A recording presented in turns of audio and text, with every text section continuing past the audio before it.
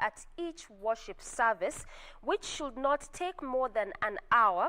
Sunday schools and madrasas shall remain suspended until further notice. That is also what came through yesterday when the president was giving, that speech. But the question when it comes to churches still remain. When you talk about 100 participants only, how then do you get to ascertain, especially for those churches that have like 2,000 or even 3,000 congregants? And some Kenyans were saying that, will I get to the gate and then I'm told that already the church is already full because it already has 100 members. But see, in as much as, yes, this is some of the questions that Kenyans were asking, it still just remains that it is a personal responsibilities. And so, yes, even as preachers, bishops, and pastors were crying for churches to reopen, this is some of the measures that came with that reopening of the churches.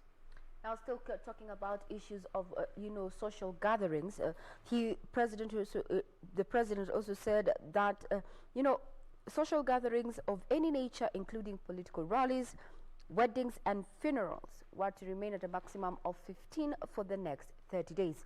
How about we get a sneak peek? Remember, this has been quite a hot debate, with Kenyans giving different views, divergent views as to why they don't think that reopening of religious, areas, may it be mosques or churches, is not a priority at this point. Well, we are yet to see how these religious organizations are going to ensure that it is safe for you and I, or rather worshippers. 100 it is. How will they execute this? Now, we have enjoyed putting that into perspective.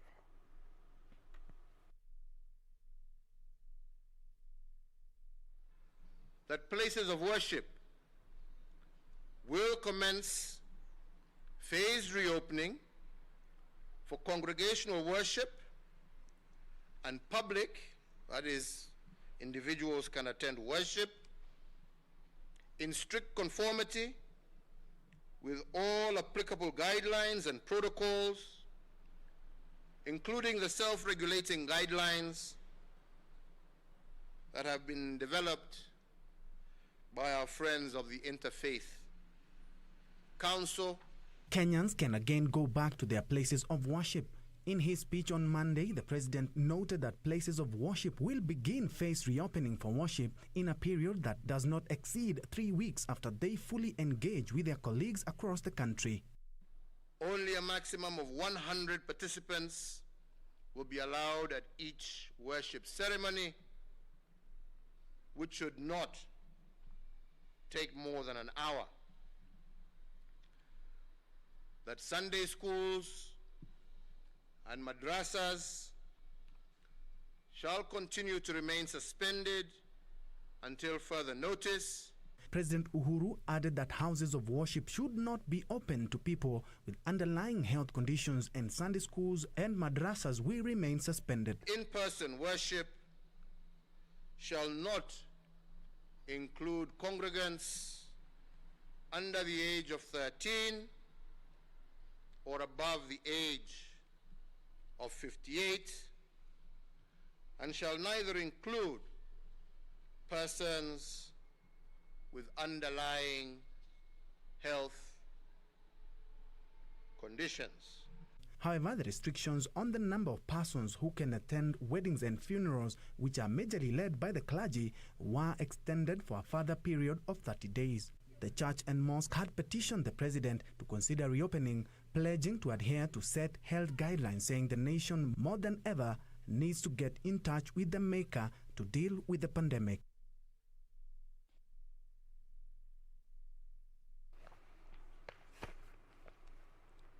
Now, there are even one of my colleagues who happens to be called by the name of Muna is asking then what's the difference between, a church gathering, if it doesn't, does it qualify as a social gathering? Well, it's neither here nor there. It's subject to interpretation. Now, to one of my favorite caricatures, as usual. How about we look at the caricature for today? There, maybe you can peek and see. My producer there, yes, that is it. That is what exactly was happening to President Uhuru Kenyatta there. A lot of pressure, issues of lockdown, it's building pressure. It's a delicate balance between saving lives and saving the economy. Well, with those, directives that government has given in regard to COVID-19, then the onus is on you to remain safe. So kindly do so.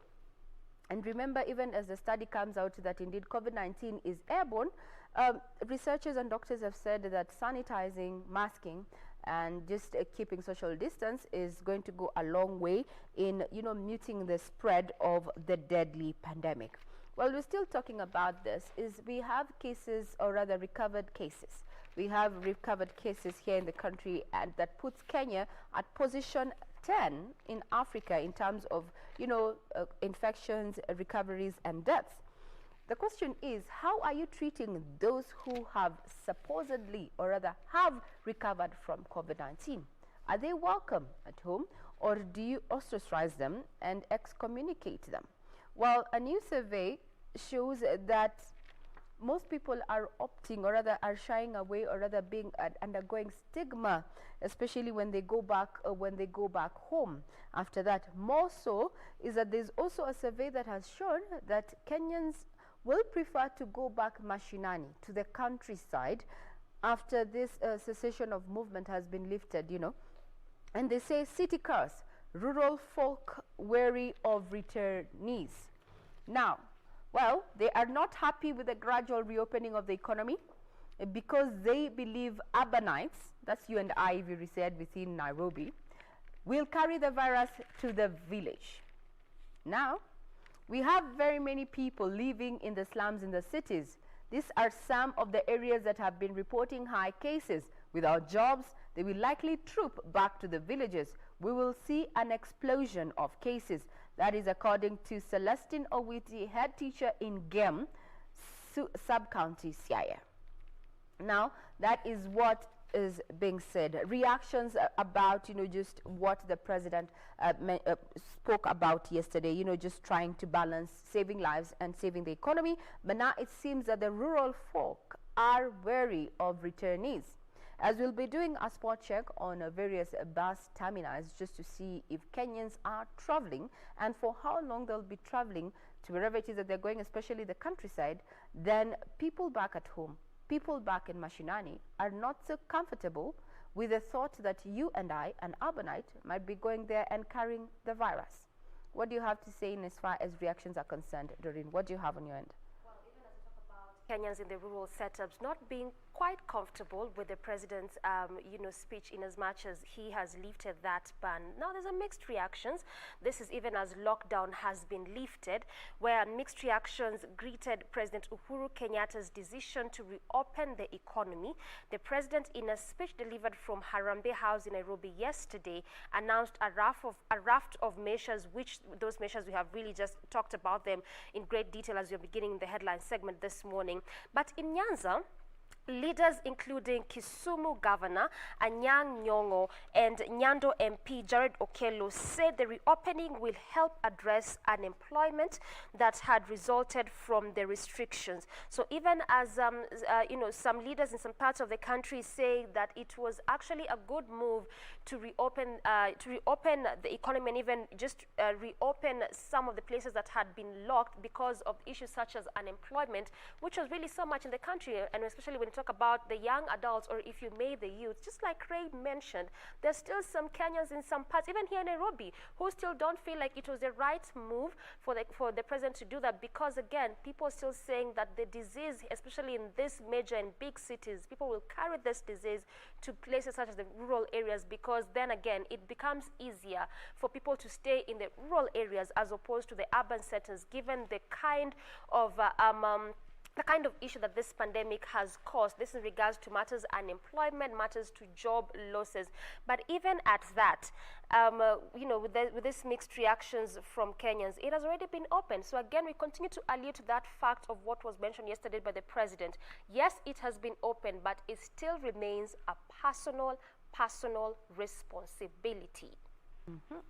Now, our reporter Kamcha Medza was on the streets yesterday after the president's speech and filed the following report in regard to how Kenyans took the president's speech and the move that the executive has taken in light of COVID-19.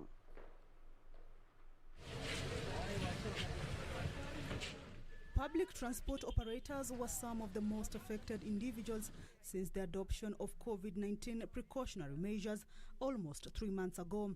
But the announcement by President Uhuru Kenyatta lifting some of the measures, such as cessation of movement in and out of Nairobi, among other counties, has been met with satisfaction by the matatu operators. At the country's biggest bus terminus, Machakos Country Bus, which is home to most long-distance bus operators, expectations were high. Siku ya leo tumekuwa na furaha sana kwa sababu rais ametufungulia. Ni kwa sababu miezi 3 tumekuwa na shida kweli. Tumeng'ang'ana juu chini na uchumi na hata kazi zetu ziliharibika. Booking bado hatujaanza kwa sababu hatujapewa guidelines. Tunangojea tupewe guidelines ya ile kazi vile tutajipanga kikazi tuanze kazi. The situation is similar across the country as the group is now hoping to recover from the unprecedented losses. Sisi kama madereva lazima tufuate sheria. Watu wakae social distance. Alafu tumalize hii corona. Lakini kwa sababu ya vile sasa Mheshimiwa Rais amefungua, kasi itakuwa mzuri na kasi yetu itarudi vile jinsi ilikuwa. Na wengine wamefungua huko Nairobi, kama mavitu zingine tulikuwa tunahitaji kutoka Nairobi zimefungua kwa barabara. Na sasa hii tuna furaha. Kuna watu wengine wako Nairobi, wakuwa wamekaa huko, na wengine wako wanakaa hapa, na hatuna kazi, na tunafanya kazi ya basi. Hatuna kazi ya basi pia, na sasa hii tunashukuru rais, bwana rais, tunashukuru kwa Mwenyezi Mungu kabisa. But even as public transport operators feel the expectations have been met, food outlets owners who normally rely on night travelers feel they are not out of the woods yet. Bado sijafurahia sana. Ile pahali tunafanya kazi kwa hoteli ni pahali ambapo magari zinakujanga usiku na mchana, na tungeomba ya kwamba hiyo kafio ya usiku pia itolewe. A section of leaders have also lauded the president's move in reopening the economy. Kufungua mpaka kuna maanisha ya kwamba pia biashara ya mahoteli na mambo ingine itaendelea kama kawaida, na pia kuwasihi wa Kenya pia wasikize zile sheria zote ambazo zimewekwa na Wizara ya Afya. Elgeyo Marakwet Senator Kipchumba Murkomen, through his Twitter handle, termed the move to allow the movement in and out of the counties that have recorded the highest number of infections a big mistake.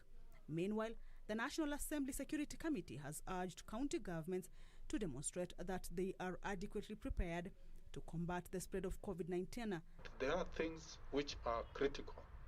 Even testing with the thermogun, that took the intervention of the chairman to talk to the minister that there has not been any testing until around mid-May is when the only one thermogun was brought to the border between the county of Busia and Bungoma at Koteko. And we have been told from time to time it is for us to take care of each other. And that's why I decided, let me help them until we come and talk and interact and understand what is the real problem. Kamche Menza for Channel 1 News. Well, and that story on reopening of the economy, which has elicited mixed reactions and different divides across the country from different people. That is what takes us to our next story this morning, coming to matters politics, where Uhuru and Raila dig into quell standoff over counties' cash. And Senate is today expected to pass the third basis formula for the allocation of funds to the counties, but defer its operationalization for 1 year following an outcry from governors of arid and semi-arid lands. Now, a source familiar with this push and pull that is happening there at the Senate confirmed that that another Kamukunji meeting has been called by Lusaka this morning, and this is to strike a last-minute deal. So now, in a follow-up meeting to break the deadlock, Senate Majority Leader Samuel Pogisho chaired a meeting attended by his minority counterpart, that is James Orengo, Deputy Chief of Staff, that is Nje Muturi, and Senators Mutula Kilonzo and Charles Kibiru. And they agreed that leadership resolves, they actually and agreed that leadership resolves around the matter internally. So they have actually chosen to settle the matters internally, and this is regards to the standoff of county cash. Now, just slightly away from matters politics, coming to the courts of justice, just at the end, the bottom end of this paper, there's a story here of a boy in court. This is specifically in Homa Bay County, but still on the corridors of justice, where a Form 1 student has been charged over the death of a minor in Homa Bay County. The 15-year-old boy was accused of killing an 11-year-old girl. Accused of killing an 11-year-old girl. Imagine. And so now this girl is identified as Noel Oziambo. So now the boy also denied the offense yesterday before Homa Bay High Court judge, that is Joseph Karanja. But now Justice Karanja ruled he be released on a 200,000 bond. He was taken to children's home in Kisii County since he has not been able to settle the bond. That is just a story of a Form 1 student who is now being charged over the death of an 11-year-old girl. And this Form 1 student is 15 years old. And that just begs the question of what are our children, what are our teens doing this time when they are at home? Is it because they have so much time on their hands and not knowing exactly what to do? But that, again, that's a story there happening in that specific county of this young boy who is being charged with a murder case of an 11-year-old girl. Talking about matters of justice, also captured on the front page of the Star is that cop arrested for shooting, injuring husband in Kisumu. Now, a policewoman has been arrested after allegedly shooting and injuring her husband in Kisumu. Maureen Awar is said to have shot Victor Odhiambo with an AK-47 rifle in their house in Dago in Nyalenda, Kisumu East Sub-County, after a quarrel. Now, the officer is based in Kasagam Police Station. The incident occurred on Sunday at around 8 p.m. This comes at a time when the president has taken issue with the rise of, gender-based violence, and has called in for a probe, that also tackling the issue of children and, the rise in teenage pregnancy. Gender-based violence on the rise. Still keeping up with matters justice is that we have there quite ahead of that. MPs want EACC to investigate 11 state agencies adversely mentioned are parastatals with huge debts. Just to look into that story about debt, is that at least 11 corporations could be the subject of an anti-graft investigation of a wide-ranging irregularities, including flawed procurement and massive financial impropriety. A new report by the National Assembly Public Investment Committee has laid bare the plunder that could return to haunt previous and current bosses at the parastatals. The report covers over a 4-year period from 2013, when Jubilee rode into power, to 2018. Adversely mentioned are parastatals with huge debts. They include Kenya National Highway Authority, the Kenya Airports Authority, the Kenya Pipeline Company, the National Irrigation Board, Kenya Ports Authority, Communications Authority of Kenya, and the Kenya Investment Authority. Get your copy, get to read about that report. Now, still talking about, what is happening in terms of justice, is that Naivasha killer mom ready to face charges. Now, the police have completed the investigation into the bizarre killing of 4 children in Naivasha a week ago. Remember, that story was highly highlighted, especially on social media as well as mainstream media. Apparently, Beatrice Mwende is now ready to face charges, as the police have already completed their investigations. Now, due to the prevailing COVID-19 conditions, the High Court will not be sitting for the next 2 days, and we want to hold her until then before charging her with 4 counts of murder. That is according to Prosecution Counsel Alex Ndiema. That's what he said to a Naivasha Senior Resident Magistrate Lionel Sirapati, as they're ready to charge the accused with 4 counts of murder. Still in the corridors of justice is court to rule on Sonko frozen bank accounts. Now, the governor argues that money in accounts is not proceeds of crime. Now, Justice Jessila set the date after the parties made their submissions on Monday. Now, Sonko has claimed that he's unable to buy groceries and support his family owing to the existing freeze on his accounts. We'll be keenly focusing on that. Also, just looking at the dynamics, the dynamics of the Nairobi County that now falls under NMS. And Kenyans have come out and said that, the work that is currently being done, by the NMS, despite others, opponents saying that this is militarization of the capital city. Remember, we do allow your feedback, and our Twitter handle is still active at KBC Channel 1 News. Still on matters, other matters that are making headlines is apparently teachers might get reprieve at the end of this month. 100,000 tutors to get higher pay. That is 11 billion payout for teachers, deputies, and senior teachers is ready, says Commission. That is the Teachers Service Commission. How about we have a roundup of stories that have been making headlines across the counties?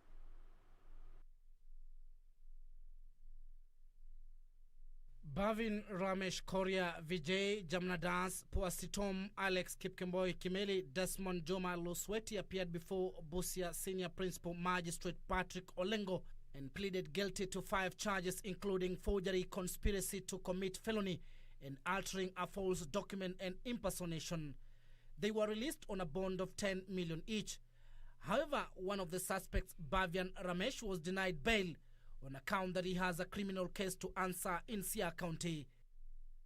I've also considered the amount involved, and I believe a surety bond of 10 million each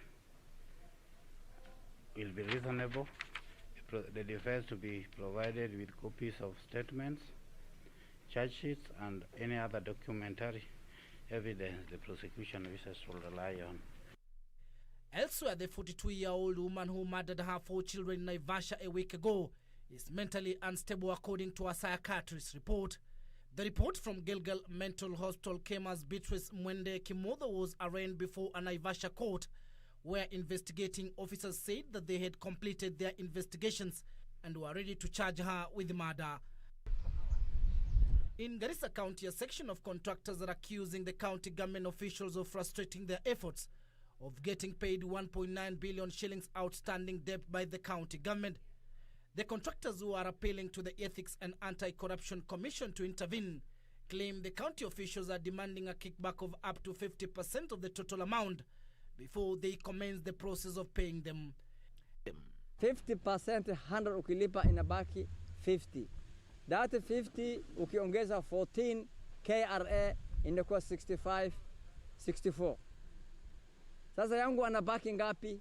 And the Nakuru County government has moved to support hundreds of artists who have lost their jobs due to the COVID-19 pandemic. CC for Youth and Gender engineer Lucy Karaoke encouraged the artists to use the Mtaani live show online platform to showcase their talent. The 3rd edition will bring together artists from Kuresoi North and Kuresoi North sub-counties.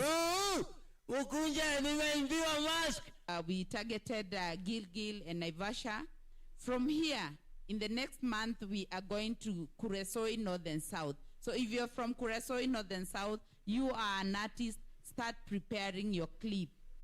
In the meantime, cargo transporters in Mombasa have welcomed the order notice directing importers and their clients to use any of the means to deliver their goods to Nairobi, Naivasha, or Mombasa. A section of Mombasa leaders led by Mvita Member of Parliament Abdul Suwamad Sharif and transport stakeholders confirmed the revocation order notice directing importers and their clients to use any of the means to deliver their goods to Nairobi or Naivasha. This even as Kenya Ports Authority intends to make its formal announcement on Tuesday in all national dailies on the issue so that all clients are informed of the developments. Shirika yote haya yataweza kuwajulisha members wao ya kwa hili jambo ni hiari. Tumekubaliana 3 ya kuwa kesho katika vyombo vya habari na magazeti KPA wataweka paid advert kuconfirm ya kwa hizi vitu zote vile tumekubaliana ni hiari. Finally, Karura Village, Kiambu County is mourning the death of a 60-year-old man who met his death following the use of explosives in stone mining Karura area. 2 more survived with injuries at the same place. Paul Karori is said to have died after he tried to help the 2 who were in the quarry. Residents are now calling on the government to regulate the use of explosives, especially in inhabited areas. Pendelea wale ambao wanapiga hizi baruti wasaidiwe na serikali na wawe na ujuzi wa kupiga, isije tukawa na maafa kama hii imetokea. Reporting for Channel 1 News, I'm Timothy Kipnusu.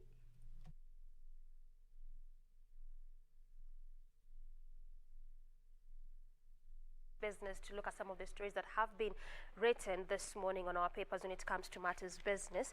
And now we have an image of the Treasury CS there, that is Treasury Cabinet Secretary Ukur Yatani, speaking at the launch of Sustainable Development Goals, or if you may, the SDG goals. And now just the caption on that specific story reading, reduced incomes in Corona era see Kenyans skip meals, where half of Kenyan households are now struggling to put food on the table following the economic effects of COVID-19. This is what a new survey has just revealed. And now the study by the World Bank Group, which was cited by the International Monetary Fund, or if you may, the IMF, has found that incomes for virtually all households have decreased, and half of the respondents noted that their eating habits have been altered as a result of that. Now, these are just the adverse effects of COVID-19 resulting to Kenyans, or even just a clear significant number of households not being able to afford meals, and some of them have resulted to even sleeping on empty stomachs because of that. But now looking at how the COVID-19 has affected different sectors, and trying to see how even banks are coming to at least help and assist SACCOs. Again, this is just due to the adverse effects of COVID-19. So we've been having different sectors, different stakeholders just coming in a bid to see how best they can assist individuals and even just organizations to continue to push and to sail through during this difficult time. A caption just reading, Laikipia SACCOs to access loans at 7%, where Cooperative Bank and Laikipia County have unveiled a 300 million kitty for lending to SACCOs and small businesses. So not just SACCOs, but even for small business enterprises. Now just continues to say that cooperative societies in Laikipia will get cheap loans following a credit guarantee scheme. This is inked between their regional government and Cooperative Bank of Kenya. Now, the two unveiled a 3 million kitty. When I say the two, this is just the Cooperative Bank as well as the Laikipia County government. So the Laikipia Enterprise Fund that will see SACCOs access low-interest loans to finance their members, some of whom have been hit by the COVID-19 pandemic. So now this fund will also seek to help over 7,000 entrepreneurs in the county recover from the challenges of the COVID-19 pandemic by way of affordable financing and training. Just looking at how COVID-19 has affected different sectors, different businesses, most of them the small scale and medium enterprise businesses, and this is just what is happening in Laikipia County, where Coop Bank and Laikipia County government have come in to at least assist the SACCOs and assist the small scale business traders. Wrap up that segment of In the Headlines with having a story about what the economy stands, or rather how the trajectory, or rather how Kenya's economy is performing amid COVID-19, as National Cabinet Secretary Ukur Yatani affirms that it is not going to go, the economic growth is not going down below 2.5%.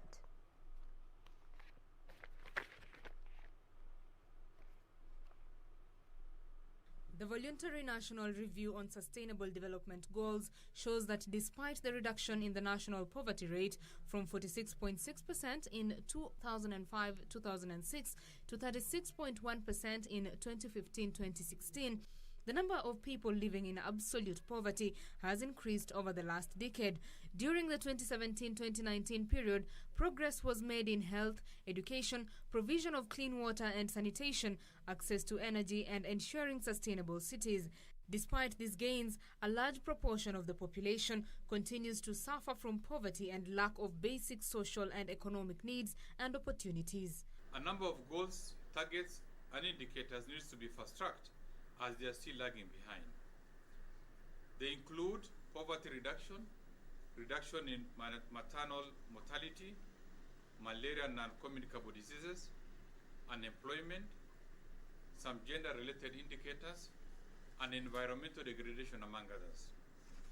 Moving forward, more efforts will be required to accelerate these goals, targets, and indicators. Yatani says a slow economy has not created enough jobs, especially for the increasing youth population, further exacerbating the problem. The government continues to implement social protection programs across the country with the aim of ensuring that all Kenyans live in dignity and exploit their human resource capabilities for social and economic development. The challenges notwithstanding, the National Treasury is optimistic about the future. Growth projections have been revised in many places below zero. But for our case, because we have a diversified economy, our agricultural sector is well on course. We are lucky we received enough rainfall. We are likely to get good harvest. And through this, we're able to manage the basics and the fundamentals of the growth projection. So at the moment, we are projecting a growth of 2.5. No doubt the economy has been battered by the COVID-19 pandemic, but despite this, Treasury is still optimistic that a 2.5% growth will be achieved this year and that the management of the fiscal deficit will ensure that Kenyans do not go further into debt. Betty Kiptum, Channel 1 Business. That puts a cap on matters in the headlines. Remember, for more details in regarding what is happening in the political scene, as well as the reactions around, the president's speech yesterday in regard to easing measures against, lockdown and, just stemming measures of the spread of COVID-19, we're going to be conducting a spot check on various sectors, especially the transport sector. So do keep KBC Channel 1. Our website is www.kbc.co.ke. We take a short break, but when we return, we talk about matters corruption. Do not go away.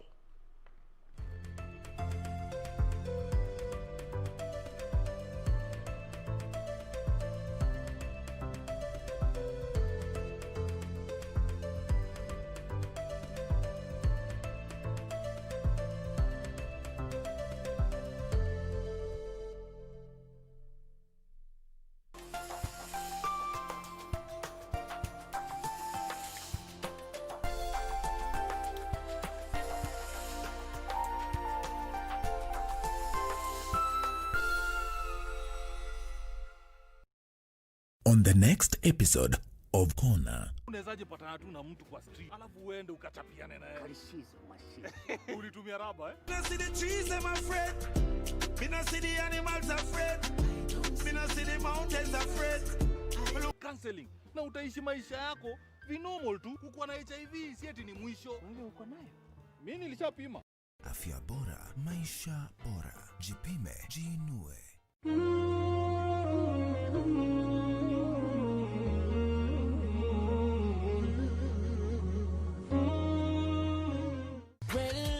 Embakasi Utawala tuko locked. Ungem Utanyahururu Kasuku Massive. Jeshi ya Nyeri Coast Maua na Kuru kwa locked mbaya. Kigumo Ward na ambao wote wako ndani ya KBC Channel 1. Akulaliki Wednesday bila the ref. Mbotela Auta Idara Kitengela. Kiambu County 33 Pipeline Meru anawakilisha. Rongai Maboxa pale go down. Karatina Auta Mlolongo wana enjoy show. Lare Sub County Auta Githurai 45. Lanet Barracks tuko ndani yake. Okongo Auta Carnation Maragwa Seti Nairobi. Fika wako locked mbaya sana. Watu wangu wa Nakuru Ngwaro. Auta Gilgil live kutoka Mazeras Bahati Massive. Embo Thika Massive. Siaya Shikambi Kakamega Bungoma County. Kusia Boda Kisumu City. Malindi yote iko ndani ya the ref. When I'm in Kenya, I tune in to the rave. Get your mind brave, focus, conscious. Kenya, East Africa. Right. Keep it locked. Calling out to Africa.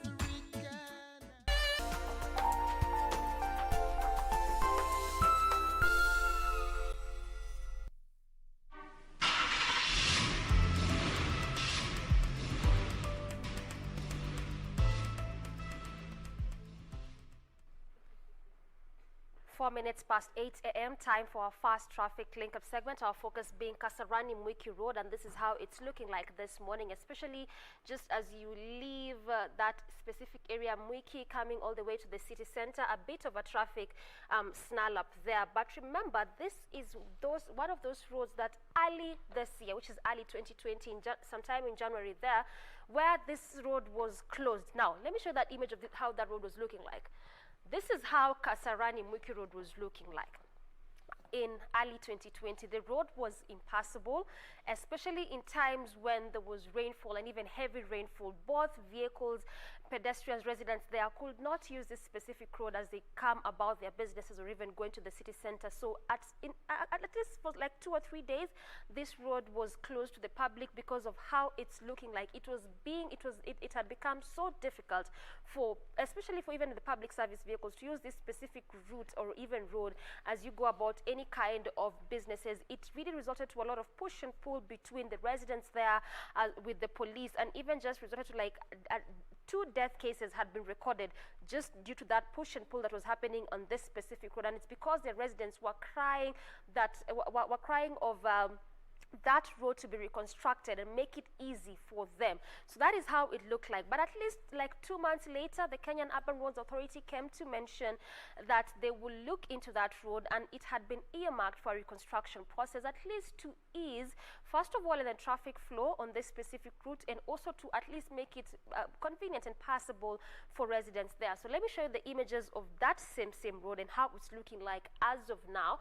Now, this is how this process has been coming along Kasarani Mwiki Road as you head over to the city center. So at least it just goes to show you that the Kenyan Urban Roads Authority have kept to their word, and this is how this process has been coming along. I had mentioned to you earlier that there were about 2 death cases that had been recorded due to that push and pull that was happening there. But also remember that, you know, Kasarani Mwiki coming to as you use Thika Super Highway, it is one of those busy areas. When you look at the number of ACEs just along that specific route, also quite a number of them numerous. And this is why it's just important and very necessary to ensure that roads are reconstructed, make it easy for residents, make it easy for pedestrians. And also one thing you will note from this reconstruction process that has been happening on this specific route, at least we can see non-motorized transport system, which is again one of the things that I've continued to mention to you time and again, which was mentioned by Kura, that any road that has been earmarked for a reconstruction process or any road that is slated to be constructed even afresh, they will ensure that at least they have this non-motorized transport system, which is inclusive of cyclist lanes as well as pedestrian walkways. And we can clearly see that we have a designated road which is supposed to be for vehicles, and this is clearly for both public and private vehicles. And we can see on the other side a lane that has been designated for pedestrians, or if you made the pedestrian walkways, you can also clearly see some pedestrians just walking on that specific lane. So again, just showing us that what Kenyan Urban Roads Authority mentioned in terms of reconstructing this specific road has been coming along well, and also what they mentioned in terms of ensuring that they will at least put up cyclist lanes and pedestrian walkways, also that has been coming along well. So let's look at how traffic is doing on this specific area. I've shown you the images of how that road was looking like early this year, and you know, the kind of push and pull that resulted to that. I've also just shown you the images of that road and how that reconstruction process is coming along. But now coming to matters traffic and how it is doing this morning, a bit of a traffic snarl up, especially as you leave those the estates and join to that specific area coming over to Thika Superhighway. Now, this is important for me to mention that on this road, it adjoins to Thika Superhighway before you come all the way to the city center. So clearly, it's not that heavy traffic gridlock or even traffic buildup like how we'd expect to see this early morning, given that it's just a couple of minutes past the top of the hour. And oftentimes what you'd expect to see is a heavy traffic snarl up, especially on any minor or any slip road as you enjoy to Thika Superhighway, or even just coming from Thika Road as you head over to the city center. Clearly, as of now, looking at Kasarani Mwiki Road, there's not really that heavy traffic buildup, just on specific areas where traffic has begun to slightly build up. And again, I'll continue to mention that is why we are seeing the orange color there, just an indicator that traffic has begun to slightly build up there, but at least it's quite manageable. And now, unlike major roads or even major roundabouts where we'd expect to see traffic police stationed around this roads, just try to see how best they can control traffic. It is unlike when you come to this road, because this is just one of the roads that branches off from the major highway, which is Thika Road. So this is one of those roads, which is what you're looking at, which is Kasarani Mwiki Road. But in terms of traffic, moving pretty fast, nothing really much to say in terms of heavy traffic build-up. Just next to the Deliverance Church, around along that specific route, that is just where there's a bit of a traffic. But even at that, at least I can say for sure that it is manageable, moving pretty fast. In fact, on major parts of this road, we are just really spotting more of the green color, really indicating that it's moving really, really fast. So barely so no traffic, at least no that heavy traffic build-up. So again, just clearly showing us that that reconstruction process has been coming along well, and at least it is serving its purpose to reduce the traffic flow along Kasarani Muiki Road. Update in what is happening on our major roads. Remember that now with the cessation of movement actually being lifted, it means that most Kenyans are going to be traveling in and out of Nairobi especially, and we're expected to be doing a spot check going forward to just see if indeed the transport industry is working at adhering to the laid down guidelines that were mentioned yesterday by President Uhuru Kenyatta. But first things first, it is the 11th of July, and that marks the day of the African Anti-Corruption Day. Back here locally, are you satisfied with the prosecution of corruption cases? So much has been said about the issue of corruption and the price that we have to pay, not just as individuals but also as an economy. This morning, I'm joined by two esteemed guests online on our virtual platform, and one is a commissioner of the Ethics and Anti-Corruption Commission, that is Dr. Daba Merli. Good morning, Dr. Morning. How? Great. Good to have you on board. Thank you for your time. Thank you. Thank you. My second guest is Alexander Muteti, who is the Assistant Director of Public Prosecutions. Good morning, Alexander. Thank you for your time. Good morning to you. Great. It's good to have you gentlemen on board. And the questions that we're asking our viewers this morning, as Africa marks the Africa Anti-Corruption Day, which happens to fall on the 11th of July, what do they think? Are they satisfied with the prosecution of corruption cases here in Kenya? And what are their recommendations going forward? Our Twitter handle is at KBC Channel 1 News. Mine is at Ray Manyara, and my colleagues is at Doreen Arange. Are you satisfied in the direction that the judicial system as well as other stakeholders in as far as tackling corruption, or rather how they're tackling corruption going forward? Keep tweeting. My Twitter handle is at Ray Manyara. Now, without further ado, let us start off with Commissioner Dr. Dabar Marlin of EACC. From where we sit, we've had Kenyans, give a lot of lamentations in as far as how corruption cases are being handled. From where you sit, what are the bottlenecks, or rather, what would you term as the challenges towards fighting corruption? Thank you very much, Regina, and thank you very much, my colleague from DPP and the KBC crew, for this very opportune time for us to air our views on the upcoming African Anti-Corruption Day, which is on 11th of July. Before I go to the bottlenecks, let me give a brief background of why we are here. And due to the challenges and the problems of corruption, the African Union made a convention, what we call African Union Convention on Prevention, Combating and Combating Corruption in 2003, and approved its sitting. And in 2006, the convention actually took up and was actually member states started operationalizing. I'm happy to mention that out of the 54 African countries so far, 44 of them have ratified this convention, and it's a way of African countries, after realizing the challenges and the problems of corruption, that they have really taken its as its main agenda in ensuring that corruption does not really affect the continent. Of course, all the member states actually done their best, and one of the things that the countries they did, is, including ours, is putting in place anti-corruption legislation, creation anti-corruption commissions, and also rallying behind state and non-state actors like the media, which we are very grateful using today. Coming to the bottlenecks, Regina, with the perceptions of the public of Kenya vis-a-vis how corruption is done, is quite a very big issue and diverse when you try to discuss.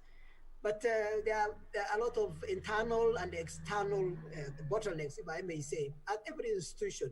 And let me talk particularly on my institution, my colleague will talk also the other part. And generally, of course, we are very, very happy that we have very good political support currently, particularly from the head of state and the entire government, and also the other political parties. There's a lot of goodwill. And that had been one of the big challenges that we used to have before, although it is still there. The good actually the issue to mention is we have high level engagement in the fight against corruption. One of the biggest bottlenecks we have, and this is really because we are addressing the public, is the public registering and actually being part of the war against the corruption. And this is really very, very important. And when the public actually be part of the agencies, either whether it is ODPP or whether it is ESCC, then the wheel will roll faster than expected. But where we have the problem is when the challenge comes actually from the public. From our studies that we do on yearly, we have found that they are almost every the Kenyan experiences corruption in his or her daily life. But out of 10 of them, only one will be ready to report the corruption that he or she has come across. This is really a big challenge. It is a way that the public is really, I don't know whether they were fearing or whatever. Sometimes they say that, of course, it takes too long so that you don't need to report or I will be known. And this is one of the big challenges. So our main issue, because we are addressing today the public, is the public rallying behind the institutions fighting against corruption. Just good example of what's happening in Bungoma in the last few days. After a court case has been finalized, you see people demonstrating daily, saying that this is not correct. Now, these are the same people we want to bank on so that at least they can able to support the fight against corruption. The second issue, which I think we have really also links with the public and also with the political aspect, is politicizing and ethnicizing the politics, really corruption. You get somebody, you say, oh, this is from this political party or this is political lining, and the public now gets dissolution. They also buy to that, or they are only targeting this group of people. You know, and this is a big challenge. It's a big challenge, and we want the public to be open-minded. See when their resources have been squandered by people, then that person should really face the law. And I'm sure the judiciary and the other legal system will give him or her the fair the sharing of hearing of justice. Then the issue of ethnicizing, it is against my tribe, it's against our community, it's another one. I will stop at the moment there.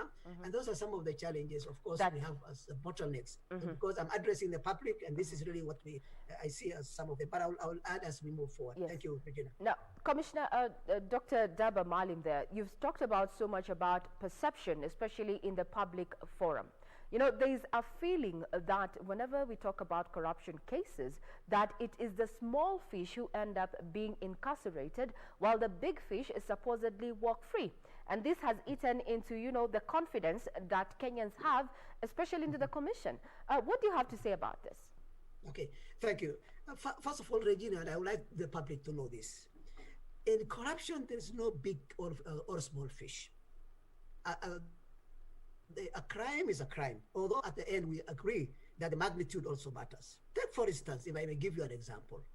There's a policeman on the road, a roadblock, and his is or her is to ensure that the vehicle which the public are using is roadworthy.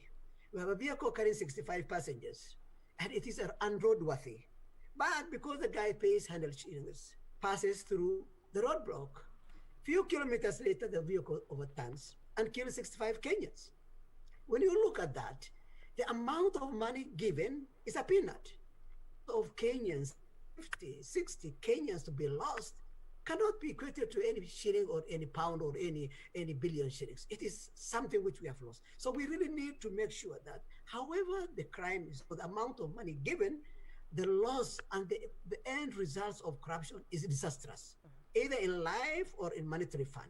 In military format. Let's come to the issue about why people, because when we talk about big fish, we want big boys and big girls, you know, being taken care of. I must sincerely appreciate the judiciary system and the particular office of the DPP. I think in the recent, we have really gotten quite a good senior people involved. And some still on the radar, and they're still processing the way, and even others who have already serving jail sentences or have actually given back huge amount of money. And these are big fishes that we are talking about. But for us, the issue, I know we classify the impact of corruption in the persons involved, the amount of money, and the impact, the social impact. When we look at the social impact, the death of 50 Kenyans because of 100 shillings cannot be belittled by and call that as a small fish. But our prayer is we will realize and recognize corruption as corruption, whether it is at the high level or at the top level. Thank you very much, Regina.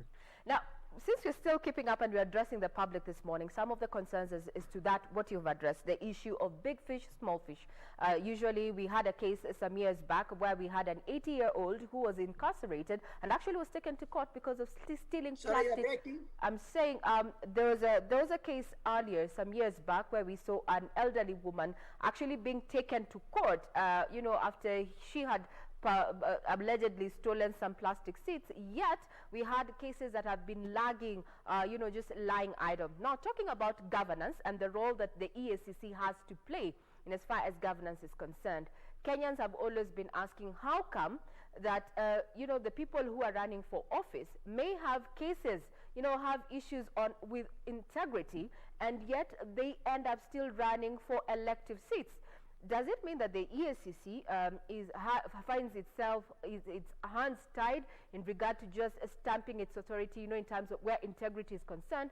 Or exactly then, what are you doing as a commission to ensure that our integrity is maintained? Because I think that mandate falls on your docket, sir. Thank you, Regina. I think the most important thing is when we look at the issue of integrity. Integrity is at every person's level, either at ECC or the person who is doing the corruption, or those who are behind the person doing corruption and supporting. When we look at the issue of elections, as you mentioned, we depend on the information we have. If today Brenda or Regina is standing for an elective post and no one has ever reported any mistake about her, and we don't have any record, but the public is well known, Regina is actually planning government money or whatever it is at the Mama Mboga's small community collections or whatever, and nobody brings, we can't know. What we depend on is what data do we have at our possession, at our disposal. And I'm very happy to mention that during the last elections, we gave a number of almost 100 and plus cases where we say this, we have cases here.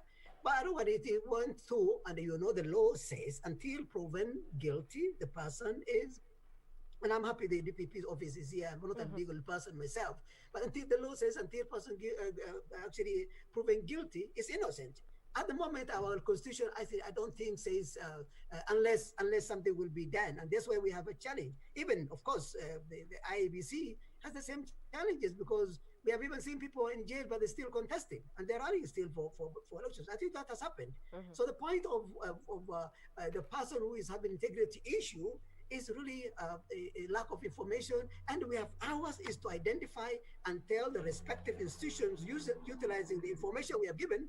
We have this piece of information about Regina, about Abdi, about Juma, and this is what we are supposed to do. From there, the respective institutions need to take the action.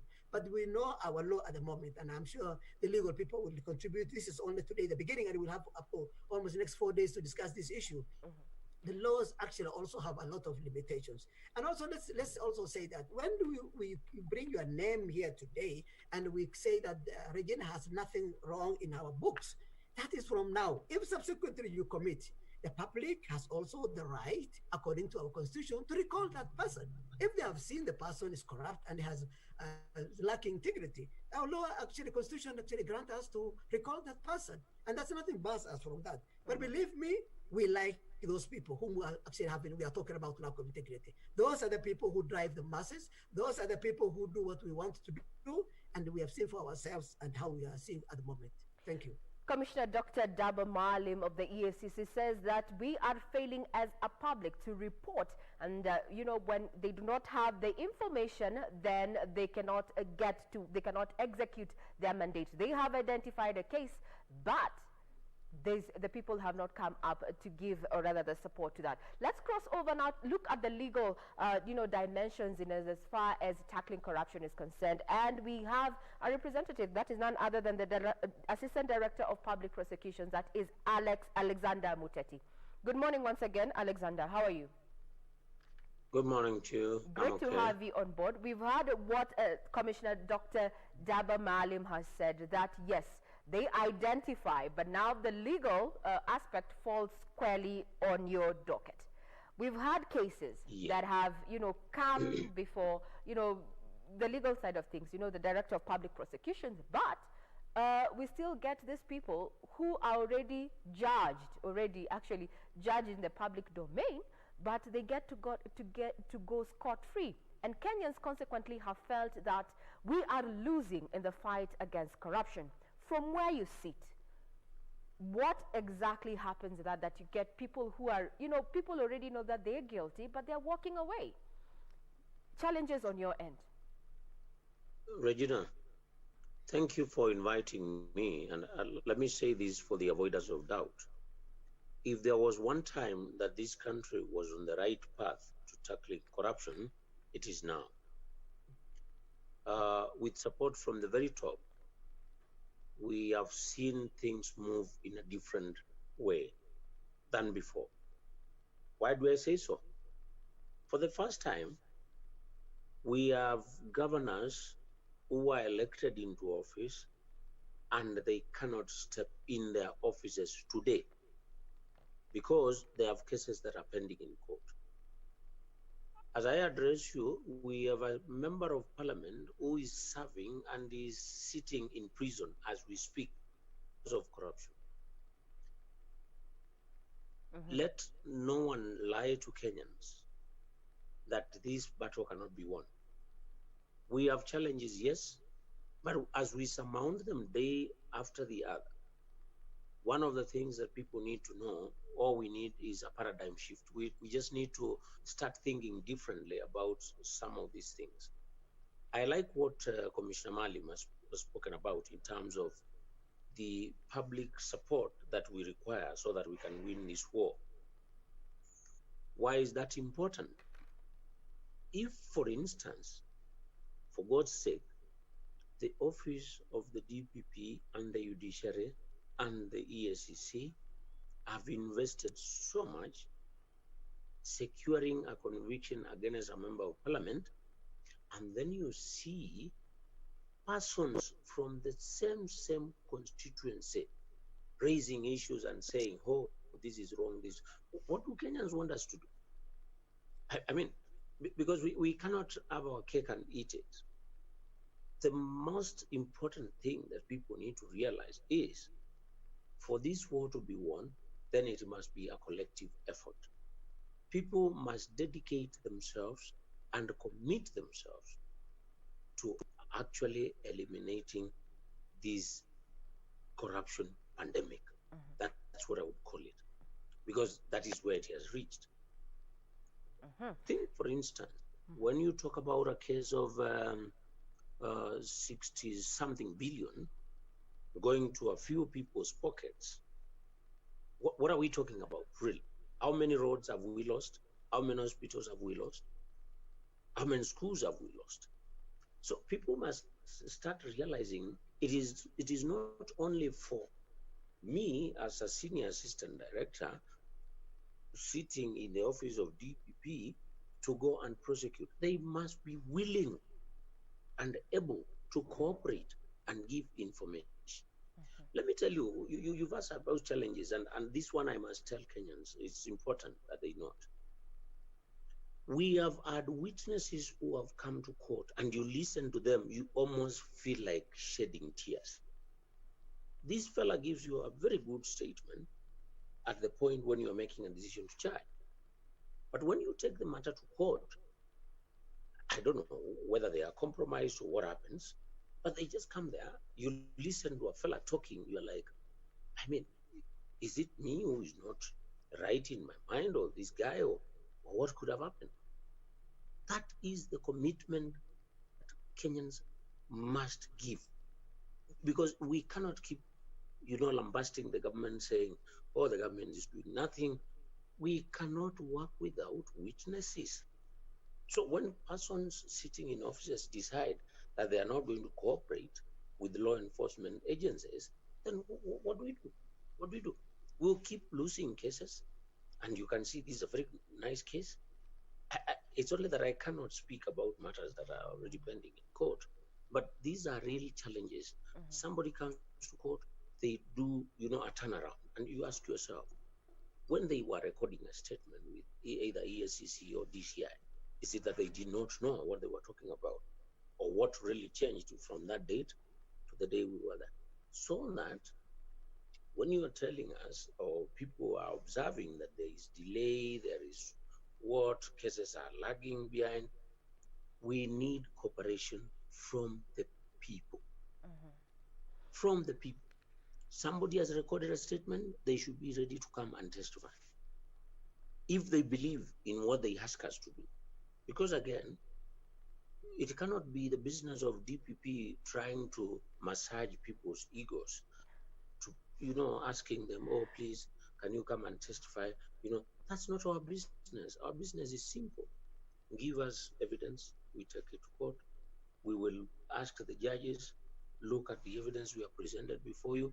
If this man or woman is guilty, please send them where they belong. And that's it. Okay. Thank you, Regina. That is, Senior Assistant Director at the Office of the Director of Public Prosecutions, Alex Muteti, said that the onus now squarely falls with the public. This morning we're asking you, as the public, are you satisfied with the prosecution of corruption cases in the country? Twitter handle is at KBC Channel 1 News, and mine is at Manyara. Give us your feedback. We have representatives of the ESCC and the DPP on board as we, talk about, the African Anti-Corruption Day and what it means for Kenya going forward. Alex Muteti, back to you. And you've said the issue of, there's need of a paradigm shift and to just have a public support, yeah? But now there's the issue, one of the reasons that why Kenyans do not come forth, especially to, testify in court, is they're worried and concerned about their safety. Over the years, we've had cases where witnesses disappear. What are you doing from where you sit to ensure, rather change the perception that if I come to the DPP today and I am willing to go the long haul in as far as justice is concerned, that myself and my family are safe? Now, unknown to many Kenyans, we have a witness protection agency, an independent government institution that only deals with the question of the security of witnesses. And this is important so that people get to know it. If you have some information that you consider so critical, if I gave this information and it was known that it is me who gave it, I might be at risk.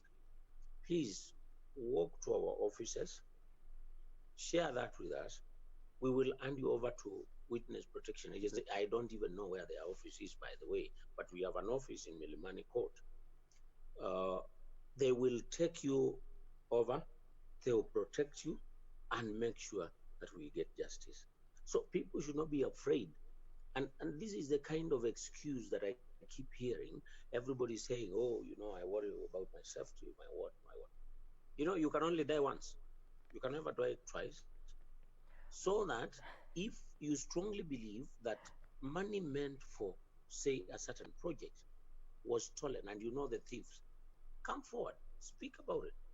And you speak about it to gentlemen and ladies of some level of, decorum that, no, we cannot expose you. So you share that information with us, we will hand you over to the proper authorities, and those guys will take care of it. So we have that Witness Protection Agency. It is running. Let nobody have an excuse that I don't want to speak about this because I am likely to be affected in one way or the other. But I'm sure. Mr. Muteti, I still come back to you because we're already getting feedback on our social media platforms, and I'm going to share a few of what Kenyans are saying. the issue said you die once, but Kenyans are not ready to die for a system that has delayed, or rather over the years we've seen people are disappearing, or a whistleblower, unfortunately, a whistleblower who turns witness, at the end of the day, now things turn around. They become the ones who are now, in the docket, to say the least.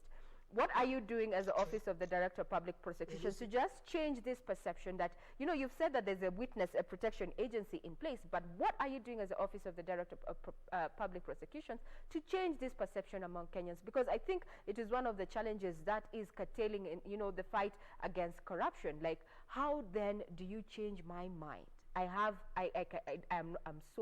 What are you doing to change my mind that if I come forth today with information that implicates big shots in the society, that I am safe and that indeed justice will be served? Thank you, Regina. Let me tell you this. In the office of DPP, we have an entire unit that deals with public complaints. So when you walk in there, you will meet a very decent lady called Mwenje. She'll be there, she'll receive you. And our team, they will listen to you. Give us whatever information you have. As an office, we have a duty ourselves to protect our sources of information, so that when you give us that information, we will process it, send it to the right agencies that need to be informed of your concerns.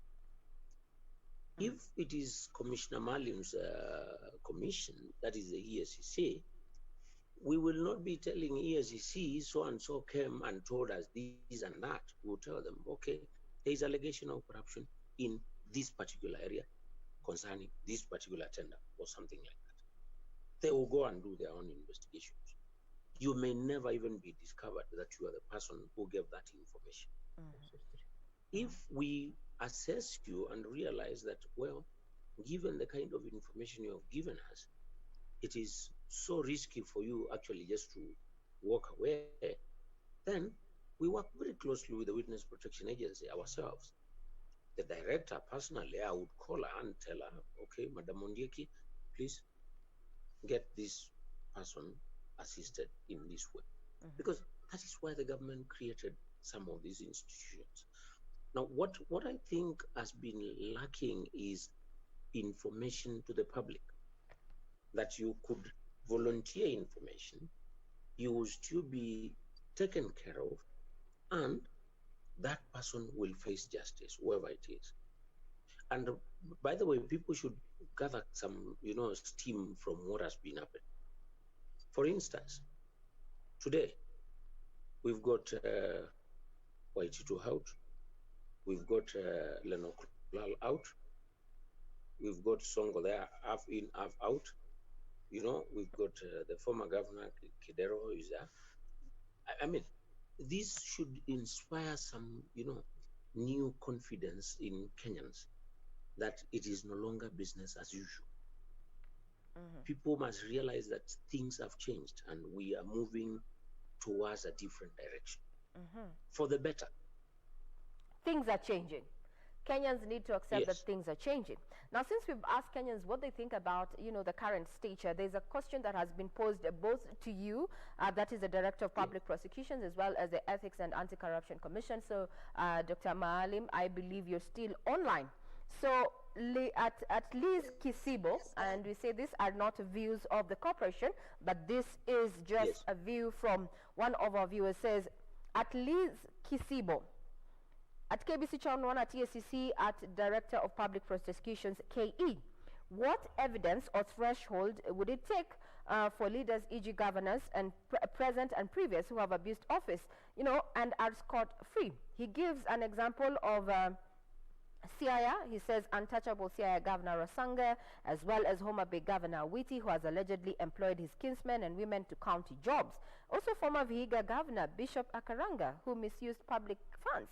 Maybe the question that this person is really asking is, then why is, this issue. Governors, present and previous, or other people who've already served in government or currently are serving in government. Why is it so difficult, for them to, get prosecuted for mismanagement, and issues of corruption? I don't know. Let me start off with, Commissioner Dr. Deba Maalim. Just what you think about, the threshold. This is a concerned Kenyan who's saying the threshold. They want to understand the threshold in which, you say you identify. Then I know the prosecution falls squarely on Alexander, but I'd want to hear from your end and how this then has affected issues of governance. Then we can have Alex talk about where the loopholes are. Dr. Maalim? Thank you very much, Regina, and thank you very much, the person asking the question. Before I answer, kindly allow us to say why we are here. And we are here in preparation for the African Anti-Corruption Day, where the theme of this year will be celebrated on 11th of July is fighting corruption through effective and efficient judicial system. And I think that's why we're here. Regina, with all due respect, and the person who have said, I cannot really overemphasize what our senior officer from DPP mentioned. The threshold, what will give us efforts and convictions as ASCC, as the DCIO, as the DPP, and any other agency, is the information and the type of evidence that you bring to the fore, so that this, using our law, because we have our constitution, somebody will say, this person has committed this crime, this is the obvious evidence which is there, and we can use that to convict the person. As a threshold, I think the ethics and anti-corruption, chapter 6 of the Ethics and the Integrity Act is very clear, and it's also mentions about the people bringing this dispute to the office. As we talk, integrity is something inborn, or it is something which is moral. If, with all due respect, a government minister in UK comes just 5 minutes late, and he says, I have come late 5 minutes, I am tendering my resignation because it is not in keeping with my office. If a minister in Egypt, which is also in Africa, now I come from Europe, in Africa, there was a bad rail accident, and he tenders his resignation because many Egyptians died of the railway accident, and that is under his purview. Sometimes you don't actually even need, threshold. What does it tell you as yourself, as an individual, as a Kenyan, and an office where you are accused and you still want to sit in the same office work until proven guilty? These are some of the basics that we really need to. As the level of threshold is the integrity level the community actually must hold on somebody. And I'm sure my colleague who's a legal person will give what we have at the moment is adequate information and evidence put in front of us so that we can able to use this to convict the person or to let the person go because we have not enough evidence. Some of the challenges, you are talking about the bottlenecks, and one of the biggest bottlenecks which we have is actually packing off of with the prime witnesses. You see somebody comes, brings to the office an information, and you see the information is clear, very good, and you know what he says? Please don't call me as a witness. Now, who is going to take over this work now to prosecute? Shall I hold somebody from the sky? If the prime witness who brings this vital information, which could be proven beyond doubt, says, but I will not be a witness. Now, where do we go? This is where the challenge is. And what are you doing? I think we have still, for the threshold, we have a long way to go. But for me, it's really even ourselves to say that, can we maybe, and some of the officers which have been mentioned, I think there are cases which are going on, and I'm sure the DPP will respond. It has not been finalized, and it's only good, fair that we wait for the outcome. But we also request the public, please bring this vital information, even if after the case has taken place and it is dragging, because we know the numbers. We know the numbers of people who are actually using, and I'm very, very grateful for the current Chief Justice and the previous Chief Justice who have really created specific courts to deal with this source. The issue of corruption is fast-tracked and hastened. But I urge that bring this evidence that you are saying is can help somebody convict or help the DPP or EACC or the DCIO in the fight against corruption. Thank you. Thank you, Dr. Daba Maalim, Commissioner at the EACC, saying that the onus falls squarely on the public, that they cannot move if we are not willing, you and I are not willing to come forth with that vital information and be a witness. You can give the information, but you're shying away and saying that you do not want to be called as a witness, then that compromises the issue of justice delivery. Now, crossing over to the Office of the Director of Public Prosecutions there, who is a senior assistant, Alexander Muteti. We've had a question there that has been asked, and maybe Kenyans are still asking about the threshold that it would take to have these big shots, especially people, governors and senators who have served or are still serving within government. That is Liz Isibo, who has treated us and asked that particular question. From where you sit then, how then can you proper address that issue as we come to a close and just walking towards, or looking forward to the 11th of July, where we are marking the Africa Anti-Corruption Day? As a person who deals with legal, what would be the take home from this auspicious day, just after you've answered this question that has been posed by our viewer?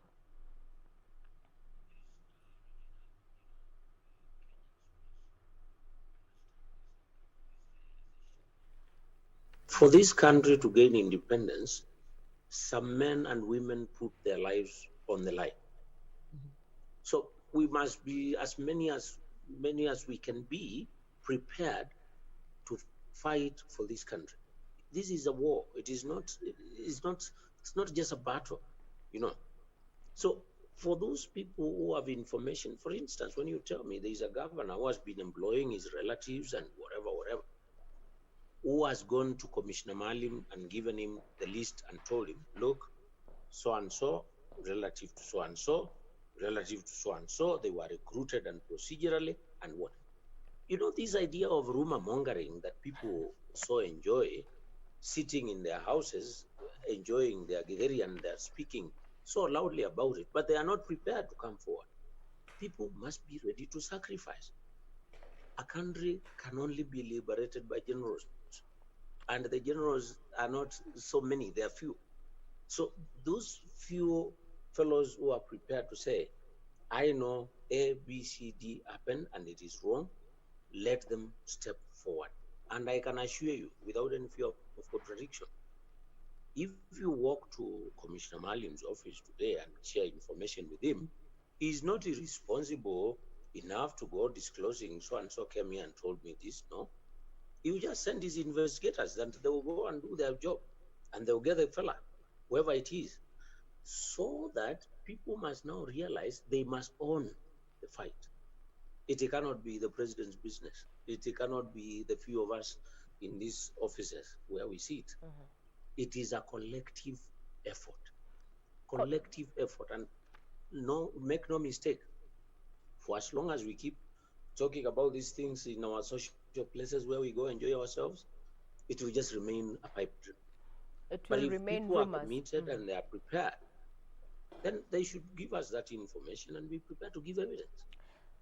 That is Senior Director, Assistant Director at the, Director of Public Prosecutions, Alex Muteti, throwing back the ball towards you and I. That is Wanjiko. That indeed, if we want to tackle corruption effectively, we need to stand up and get counted.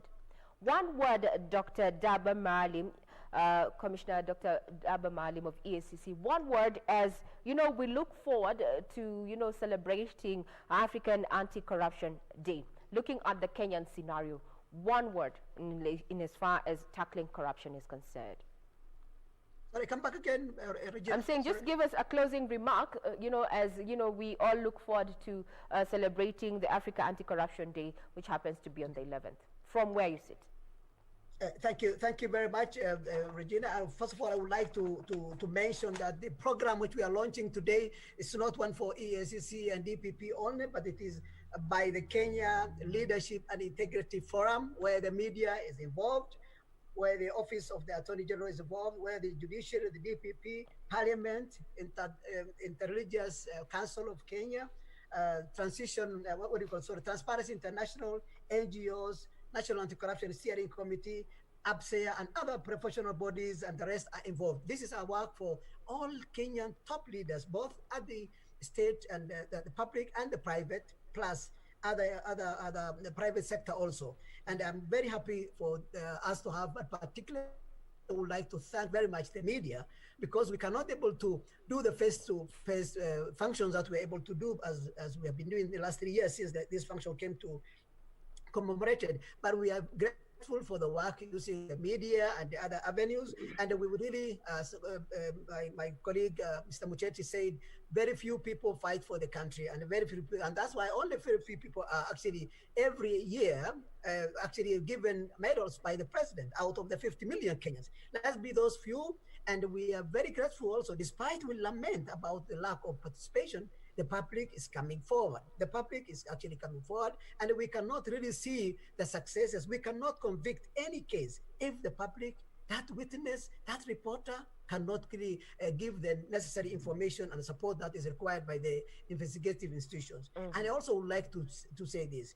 Please don't only wait for conviction after money has been stolen. Report at the initial stages. That is where the interruption will be the best. When you hear something is cooking, don't wait. The moment umeona moshi imewaka, usiogoje chakula iliwe alafu baadaye useme mimi nimekosa hiyo chakula. Please come forward, report, and we are very grateful for those people who have really come to report, and we have interrupted billions of shillings of public money. Because when we investigate, when we lose money and investigate, we are losing more money to do the work. We're losing more money. DPP is using more money for investigation, calling witnesses, EACs, the same. But if we interrupt, we curtail that cost. And we are sincerely very grateful to the public. This responsibility is for me and you and everyone. It is a religious right, it's a religious duty, it's a human rights issue. Let's fight corruption, and God will help us. And let's pray and stay safe. Thank you very much.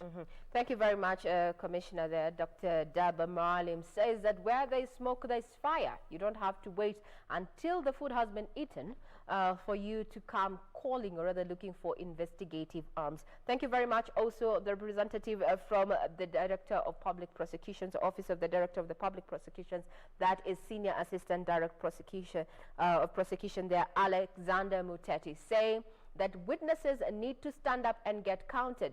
As they say, justice delayed is justice denied. So you need to stand up and get counted. Doreen, what is your take in regard to Martyrs corruption? You know, the 11th of July marks, the Africa Anti-Corruption Day, which happens to be just some few days away from here. From what you've heard, both from the EACC and the ODPP's office, is that Kenyans have been challenged to stand up and get counted. Are we ready? Wow. Doreen, what's your take?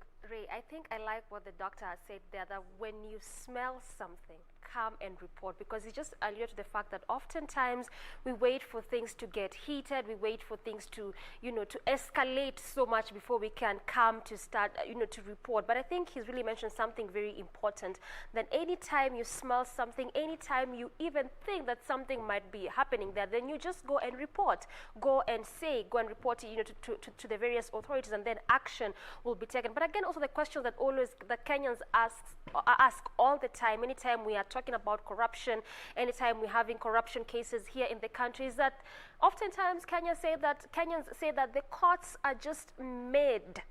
The courts are just made for for Kenyans who are not in high positions, or if I can say probably the less fortunate kind of Kenyans. Oftentimes Kenyans keep saying that because anytime we hear of corruption cases, anytime there's anytime there's anything to do with corruption, and it is the big fish who are in this particular kind of case, then oftentimes they get away with it. So this is a kind of question that Kenyans ask all the time. So even as Daktari there says that anytime you smell something, then go and report, again, that question comes, even if I report as a common Mwananchi, as a common Kenyan, what will be done, in this perspective, what will be done? Because oftentimes when you hear of such kind of cases and it's the big fish, then they get away with it. So oftentimes Kenyans say that the courts are just made for the small fish or even the common Mwananchi. But I hope even as we gear and towards celebrating, that corruption day, probably I want to believe that things will change. And anytime there's a corruption case, anytime there's a corruption issue, it doesn't matter who is being implicated, whether a big fish or a small fish. I want to believe, and I want to just start assuming that things will change, that this country will change. And anytime we have such kind of cases, anyone implicated, action action will be taken, and we don't just leave the courts for the small and common mwananchi. So even as we come to start celebrating that day, I want to believe that things will totally change, and at least so that Kenyans can even start believing in our courts and in our justice system, because we have gotten to a point where we don't even believe in justice. And that is why oftentimes you will see Kenyans taking even matters to their hands. You see there's a thief here, you see, probably in any part of the country, Kenyans just take matters to their own hands. What we like to oftentimes allude to, this is the mob justice, because it has gotten to a point where Kenyans don't believe in our court systems. We don't believe in our court systems. We don't believe in our justice kind of system. So I believe even as we come towards this end, towards this day, we will come to a point where we will start believing in our own justice system. We will start believing in our own court system, and the only way that is going to happen is that action will be taken anytime there's an implication. It doesn't matter who is being implicated, big person, small person. Anytime someone is being implicated in any corruption incidents, in any corruption case, then action should and action needs to totally be taken. You know, Ray, so I believe that that was a really good conversation in regards to matters corruption as well as matters, our justice system. So that's that, and that is my take probably when it comes to matters corruption this morning. But also remember, in the next conversation of the day, we will be talking about matters inclusion, and this is inclusion in higher education system. Our conversation will be centered around just trying to see how best we can accommodate and include persons with disability in institutions of higher learning. Remember that oftentimes when we are talking about persons with disabilities, this is in regards to any area, in any capacity here, especially in the country. There's oftentimes we sort of like seclude them. So this morning we'll just be having a conversation concerning that to try and see how best we can include them. I mean, Rain, from your perspective, how do you think we can include PWDs in any capacity here in the country? Well, as that is coming up in not too long, we're also going to be focusing on the issue of TVETs. The country has been at the fore to just push, from moving away from matters, theoretical issues, and now focusing on the practicability of what, students are learning in institutions of learning, and TVET is one of these sectors. So we're going to be equally addressing this and how this then has changed the dynamics and also created an avenue for young people to not just rely on white-collar jobs, and that they can be their own bosses and entrepreneurship. That is going to be coming up in not too long. So do keep it right here, and thank you very much for your feedback there in regard to matters corruption. On the 11th of July, Africa Anti-Corruption Day, and one of the strategies that organizations and firms that are charged with tackling corruption are going to be looking at is increasing awareness among the public and also ensuring public participation. There we've heard from the Office of the Director of Public Prosecution saying that the fact that witnesses do not come on board, and when they do, and after taking those statements, when that time comes when you're called to the stand to just give your witness account and you do not show up, that in one way or another has just, has already watered down that particular pursuit of justice. So if you and I are on the quest for justice, we need to be ready to stand up and get counted.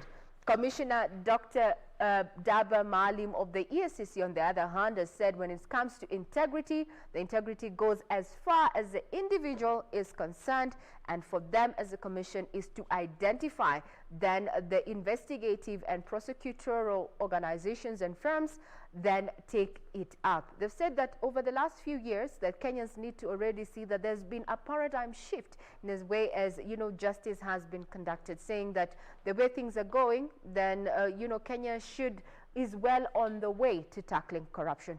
Keep your feedback coming in regard to, your satisfaction or dissatisfaction of prosecution as far as corruption is concerned. But now we cross over to the other side of studio with my colleague Doreen Arange. Exactly. Time for our next conversation of the day this early Tuesday morning. Our focus being on inclusivity in higher education, just trying to see how best we can accommodate and include persons with disability when it comes to institutions of higher learning. Joining me live this morning is a set of panelists who will be helping us understand more about this specific conversation. I'll be joined live by Sylvia Mochabo, who is a parent and founder Anti-Speaks organization. I will also be joined by Brenda Kiema, who is a disability inclusion officer and lecturer at Tangaza University College. Brenda, good morning.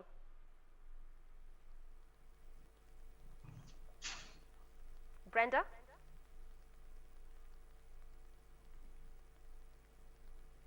Well, just as we try to get Brenda's voice, I'll also be joined by two other sets of panelists. That is John Brown, who is a special needs education student at KU and an alumnus of Thika School for the Blind. John, good morning.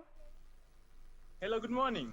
Good morning to you too. And finally, I'll be joined by Peter Okeo, who is a program manager at Enable organization. Peter, good morning.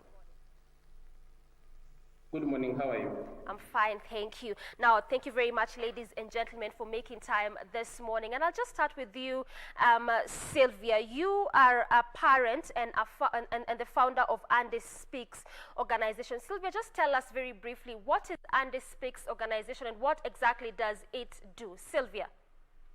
Hi, good morning, and thank you for your question. So, Anti-Speaks for Special Needs Persons is a rights-based organization that champions for inclusion of persons with neurodevelopmental disabilities. That is autism spectrum disorder, Down syndrome, cerebral palsy, and ADHD and other learning disabilities. Okay, and why specifically just choosing to champion for inclusion of persons with neurodevelopmental disabilities, Sylvia? As a caregiver of two children on the autism spectrum, and my journey raising the children, I realized there are gaps even in terms of inclusivity for policy, education system, health system, and even the society at large. When you look at the integration and on top of that, just the stigma that surrounds the neurodiverse community. And it's one of the disabilities that is not rarely known in terms of not many people understand that they actually exist because of our African culture.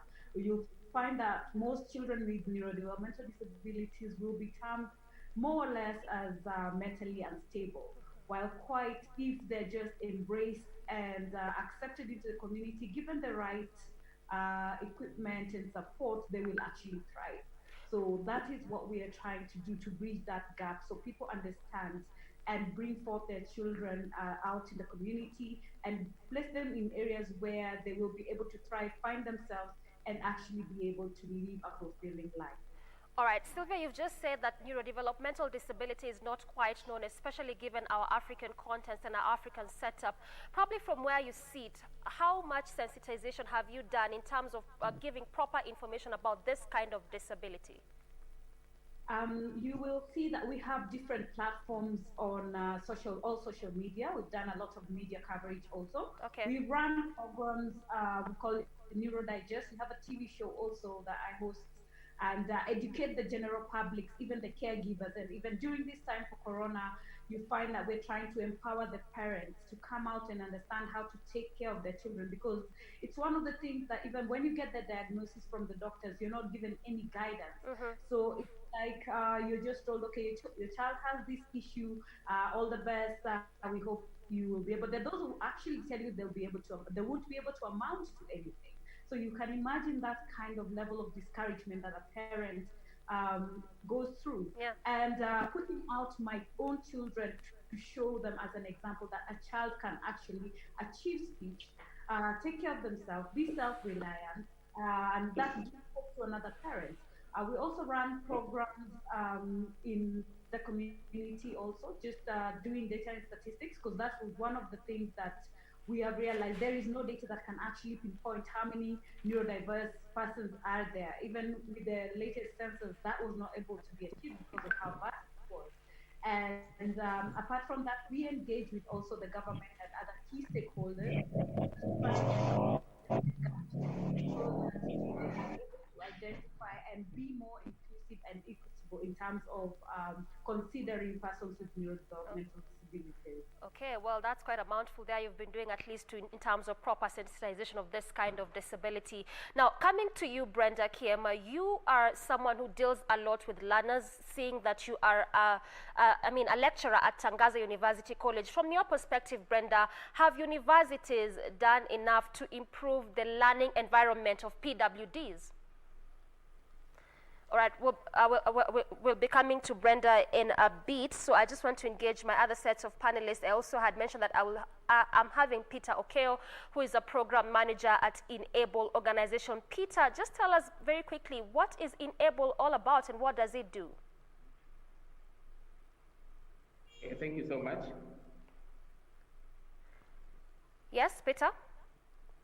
Tell us about Enable organization and what it does. Enable organization is basically an NGO that operates in Kenya and both in the US. And our mandate is to empower the blind and visually impaired through assistive technology. So this is done by ensuring that we provide accessible platforms to individuals with visual impairment just to be able to interact with technology, just like any other sighted individual would do. So the fact that someone is visually impaired doesn't mean that they can't interact with technology. So that is the perception that has been there, that we actually came in to be that gap. All right, and how has it been for you, Peter, being someone in the IT world? How has it been working with persons with disability in the field of IT? It's actually been very interesting because it's a field that is very unique to almost everyone, and especially in Africa, because we have perceived initially that for you to interact with technology, basically you require sight, and anybody without sight or who is deemed to be visually impaired are not interacting with technology. So this has actually opened space in terms of more research, including accessibility, because most technology that we interact with, including our smartphones, initially never used to be accessible. So our colleagues who are visually impaired used to rely mostly on sight assistance, even in matters of privacy. But with this technology that is now in place, they are able to gain that independence and doing things on their own through interactive technology. And this has enabled, has actually opened more opportunities to individuals with visual impairment, right from learners, those in working, those in employment. So basically, technology has actually also provided a well-leveled playing field for everyone. And as Enable, we've been actually successful in doing this because first, we only focus on special needs schools with visual impairment. That is through the Ministry of Education. And we also partner with different sponsors for this particular school so that we make sure that everybody is in sync. After that, we move now into infrastructure, whereby we set labs, accessible labs in schools for the blind. And we also provide hardware, software, and most importantly, we provide trainers, because you find that in most cases, we have people set up computer labs in special schools for the blind, but they forget the very important bit, which is training. So when you provide a beautiful lab, everything in good infrastructure, but you leave out training, that means basically you're like providing very good high-end vehicles without roads. So for us, as Enable, we've been able to bridge that gap by making sure that our program is full circle.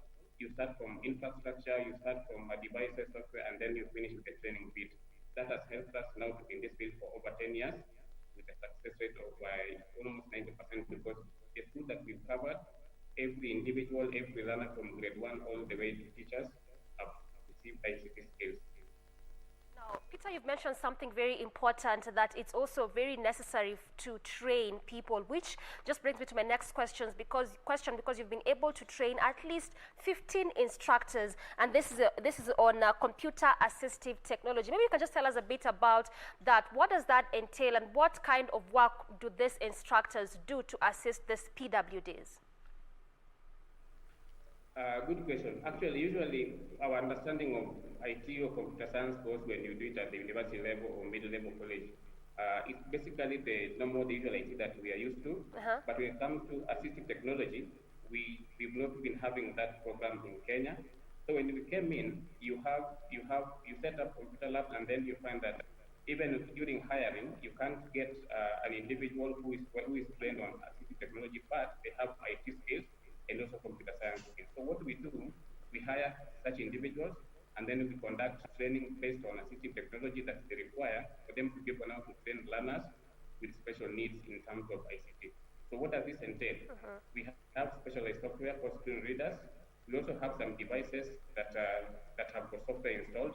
So we take them through training on how to use these software screen readers to ensure that they are also able to deliver the same content to the learners, and also to make sure that they understand the hardware bit, that is starting from keyboard, because the keyboard that we use are not specialized in any way. We use standard keyboard that you use in your office. So the purpose of this is to make sure that when they leave the specific schools or the programs where they are in, they go out to the market while they are still able to use the same devices that are available in the job market. So that's the nature of training that we give to our instructors. And apart from just giving them the technology skills or technology skills, we also provide them with some skills in terms of handling learners with special needs. Okay, and so with all these trainings that you're offering, can you be able to confirm that persons with disability can also be able to operate such gadgets by on their own? Oh yes. Okay. Yes, exactly. And not just on their own, they also use smartphones, which are deemed to be mostly sight-based. So the issue of come and read for me this newspaper, come and read for me this, is no longer there, because now they're able to access all the contents right from their thumb. But that requires you to have a smartphone. The feature phones don't have that feature. So we basically, when you buy a smartphone, it comes with inbuilt screen readers, but most people don't know that. So most people think that you buy a smartphone and then you purchase software the way it used to be before. So nowadays, most developers develop these products with accessibility in mind. And then now whatever that, although not 100%, but there's some testing, usability testing that needs to be done to ensure that the device or software is fully accessible. All right, that's really nice. And now coming to you, Brenda, being a lecturer at Tangaza University College, from your perspective as a lecturer, have universities improved the learning environment of persons with disability? What are your thoughts on that? Well, I'm a lecturer and also a disability inclusion officer at Tangaza University College. And Tangaza University College is it's well prepared for any person with disability to study there. We have improved both the social and physical environment. When I talk about the social environment, it means we have addressed issues of attitudes, issues of discrimination, things that make people with disability not to feel like they belong. So the whole of last year, 2019, we were having different sets of training for both our faculty members and also for the students and for the general staff at Tangaza University College. All right, and also just from where you sit, seeing that that is what you're doing there in your college, but when you look at other universities, probably from your perspective, what are the loopholes that maybe you have spotted that you think that when worked on, at least we can have that nice and safe environment for PWDs to still feel that they are okay being in these institutions of higher learning? Well, last year around July 19th, we launched a network, which we call it the University Disability Inclusion Network. I co-founded it with some friends, and we invited many universities to come so that we can discuss the best way we can accommodate learners with disabilities. Basically, in Kenya, I can say that up to maybe 70% learners with disability have been excluded in the higher learning settings. And this is because some of them will qualify to join, but the environment does not accommodate them. The environment is not user-friendly. When I talk of the environment, I mean like the information system. When you go to our library at Tangaza University College, any person with visual impairment, they are able to access books because we have installed JAWS. Themselves in their own laptops, they're using the NVDA programs. And that makes it much easier for them to stop being dependent on others. So universities need to make sure that when they are designing any website that they are using, they have to, they need to have disabilities in mind. And that is the only way we will be able to accommodate them in the university and get them in the education so that they can be able to acquire skills like any other person in this country and be able to get employment and also create employment. All right. Now coming to you, John Brown, you are a student at KU, a special needs student there, and also a former student of Thika School for the Blind. How has your experience been like being a special needs student in an institution of higher learning? John. Thank you so much. Being a student at the Kenyatta University has been a great opportunity for me to pursue different kinds of interests. I can say I was very much lucky to have acquired computer skills and knowledge from Thika School. Okay. Through the Enable program. And this really enabled me to do different subjects and different faculties because I'm an educational student. So you find that I interact with various departments in the university, and my experience has been great. But when I look back at the opportunity I had at the university, I see that there was still some limitations. For example, just as early as when I was joining the university, I discovered that the university was really not as inclusive as I perceived it to be. And this really shaped the choices that we had, and it really shaped our careers. But having computer skills and having an opportunity to interact with Enable at a very young age also assisted me, because right now I can learn online just as we are at home, and it has been quite easier for me. When I look at my fellow students, it was quite difficult. It was quite difficult for them, and we had actually to come back and call Enable and talk to them. Can we have a program at the university? All right. So it has really been a very vast experience, and I think you can get it now. Okay, John, you just said that from your perspective, and even how it was for you when you're joining KU, is that you noted some limitations, which just ultimately means you didn't feel that inclusivity the way you would have hoped to. But from where you sit, what do you think can be done, at least to ensure these institutions of higher learning can be more accommodative and at least ensure that persons with disability can feel more included in these institutions? Okay, in institutions of higher learning, I think the first thing that needs to be done is a disability mainstreaming idea, where staff and students from every faculty should be made aware that persons with disability are nowadays pursuing every career, and they have aspiring dreams and they have the potential. But if they create a limiting environment in the specific department that the person with disability would like to join, it causes a hindrance. And this might even, it's either going to cause conflict if the person sticks to that career or that faculty, or it's going to cause, it's going to shape how a person with disability chooses. This is the career that I can choose. This is the career that I can do, but due to these limitations, I can only consider this and this and this career. And apart from the let me say something like creation of awareness. Okay. I think also the faculties in universities needs to be equipped with equipment and services that can enable persons with disabilities to consider them. Let's say, for example, physical modification to the offices and the classrooms and that stuff.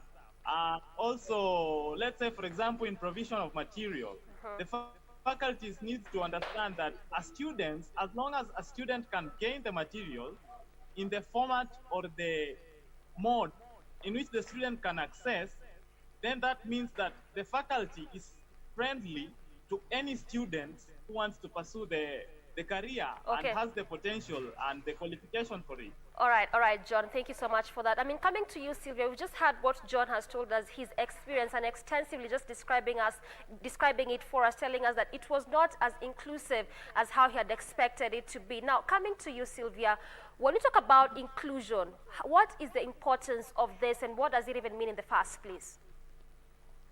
For me, inclusion just doesn't mean that you have a class and say you have a special unit that's going to be catering for special needs children. Okay. But actually ensuring there is equity in that. This means that you have considered all the perspectives equally for every child and has met their unique need. You will forgive me, but I will focus on the neurodiverse community. For example, go to our public schools, where we're talking about right now CBC being inclusive and trying to shun away specialization and focus on inclusion and integration. But the fact is we have not sat down and analyzed exactly what this means when it comes to meeting a child's need. We have on the books subscribed to the SDGs, the CR, the CR, but we are not actually practically implementing the same when we look at that. If you go to the ministry, we're supposed to be having IEPs in special classes. There is actually international standards on the teacher-student ratio. But when you walk into a school or special education, you will find a child with Down syndrome, mentally challenged, autism, cerebral palsy. All of them have been put in the same classroom. And we're talking about numbers up to 40 with only 2 teachers to cater for that. When if you look at the international standards and requirements where we're talking about proper inclusion, it means that you're supposed to be having 2 teachers to a maximum of 7. Okay. Yes, we have the numbers, we do not have the staff, but then how else can we be able to try at least and mitigate this? If we have the carers brought on board by courtesy of the ministry, if you look at how the UK does it, when you're looking at how the child is being wholly taken care of, you will find that the person who's handling, because of the different impairments, you will find a person with autism who could be having challenges with vision, hearing. We do not have sign language as an alternative form of language in our education system, which can be integrated. Because remember, if this child cannot communicate, because we have various forms of communication, but we are not bringing that on board in our learning spaces, that means we are locking out a very big number of special needs persons who can be able to study. And remember, the minute we are failing at the early intervention, then that means someone's life has been cut off from the beginning. All right. When we look the support aids for learning, not many schools actually have that, because you find that they learn differently. They learn through music. The more of them are more visual and tactile, and that 3D space is what enables the special children to learn better. And they do not have that. All right. Even just assessment, placement, and transition. We have early education, but then we look at secondary schools. As much as they can progress, we do not have schools. We can actually count them. We can use our fingers to count how many we have in the country when it comes to higher education. All right. All right, Sylvia, I think you really just greatly explained to us the importance of this inclusion, and due to the interest of time, I just want to bring in Brenda to tell us very briefly the importance of having a special need kind of child in a special need school. What is the importance of that, Brenda? Very, very quickly. Yes, you know, like what you have really asked is very important, because most of the special needs children prefer to be in special schools, because special schools have been, the environment is prepared, the environment is conducive, the teachers are trained, because most of the special school teachers are from Kenya Institute of Special Education. But that one also means I am a product of a special school. And it makes the pupils or the students very comfortable when they are integrated or mainstreamed into the regular school, then they feel they don't belong. So what I can say is that the teachers who are being trained, they also need to be distributed to other schools, the regular schools, so that they can receive the learners with special needs as well as the way they are treated in special units. All right. That's what I can. Yeah. All right, Brenda just saying that the trainers also need to be distributed to well cater for special needs children. And now, just finally, as I come to you, Peter, okay, what is Enable organization doing differently to cater for children with special needs? Okay, thank you for that. So Enable, what we do differently is we ensure that technology that is provided is actually accessible to every individual with visual impairment, regardless of whether they are learners or whether they are teachers. And this is done, as Brenda said, the major hindrance to PI learners or teachers in this case is accessibility, which is key. When you provide a platform to learners with visual impairment that is not accessible, and then you expect them to access the content, that is not possible. And John Brown can tell you that at the university level, lecturers provided them with PDF documents, sometimes in soft copies, but they don't consider whether these documents can be accessible, can be accessed by learners who use screen readers. So when this is done, then definitely you're kind of trying to limit this person from accessing the content which you expect them to use in the final exam. All right. So the most important thing is to ensure that when it's technology, it has to be accessible. When it's software, it has to be accessible. So for us, as enabled, accessibility is key. And especially on top of digital accessibility, that is where now the main challenge is. So if all our developers, content developers can focus on that, including including the ICD, because I know now there's the CBC, which has some ICT component included in it. That should also be to make sure that it's actually fully accessible. So that is what we do as Enable to ensure that that platform is fully accessible to every individual. Okay, thank you so much, Peter. That has been Peter Okeo, Program Manager at Enable Organization. I've also been joined by 3 other guests. I've also had Sylvia Mochabo, who is a parent and founder of Andy Speaks. I was also joined by Brenda Kiema, a Disability Inclusion Officer and a lecturer at Tangaza University College. And finally, we were also joined by John Brown, who is a special needs education student at Kenyatta University, and also an alumnus of Thika School for the Blind. Those have been my 4 guests, just helping us understand what we can do to better accommodate persons with disability and challenges that they face. Thank you so much, ladies and gentlemen, for making time this morning. Thank you so much. All right, we definitely appreciate your time. We have, okay, thank you so much again. We appreciate your time. We have plenty more after this break, so stay with us.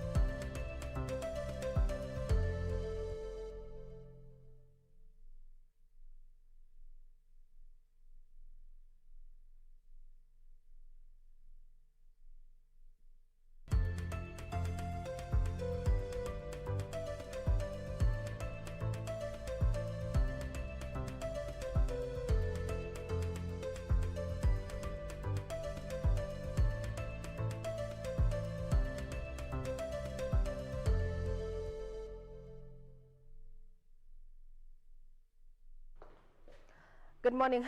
We are still at it again, and always it's a pleasure to have you on board on Good Morning Kenya. Now we shift focus, and however still entrenched or rather domiciled in matters education, and now we're going to be talking about TVETs.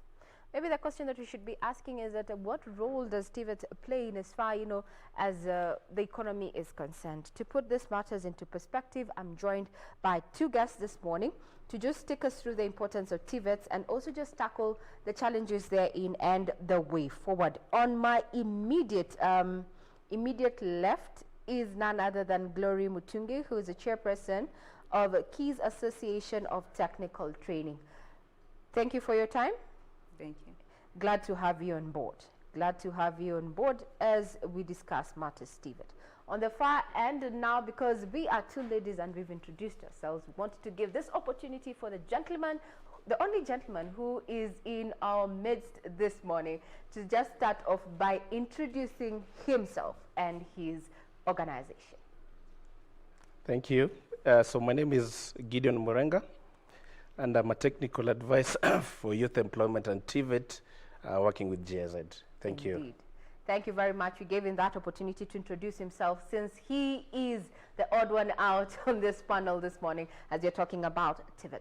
Now, government has really been focusing on TVET, saying that this is a direction that we need to take to tackle youth unemployment and also spur economic development. Do you think so? So we start off with this question, Glory Mutungi, directed to you from where you sit as a chairperson of Keys Association of Technical Training. The question is, why do you need vocational technical education?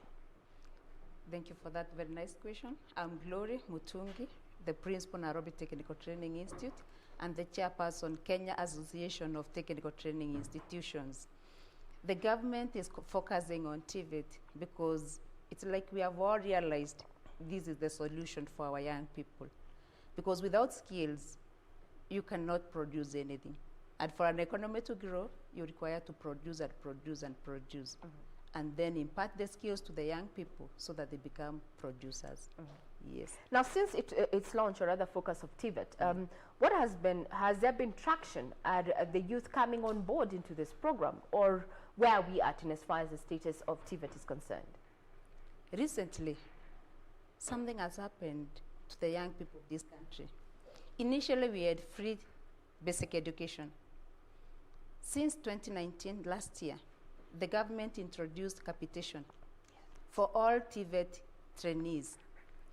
That was historical, because you realize when the young people would complete high school, they would be faced with high fees to gain skills in TVET institutions.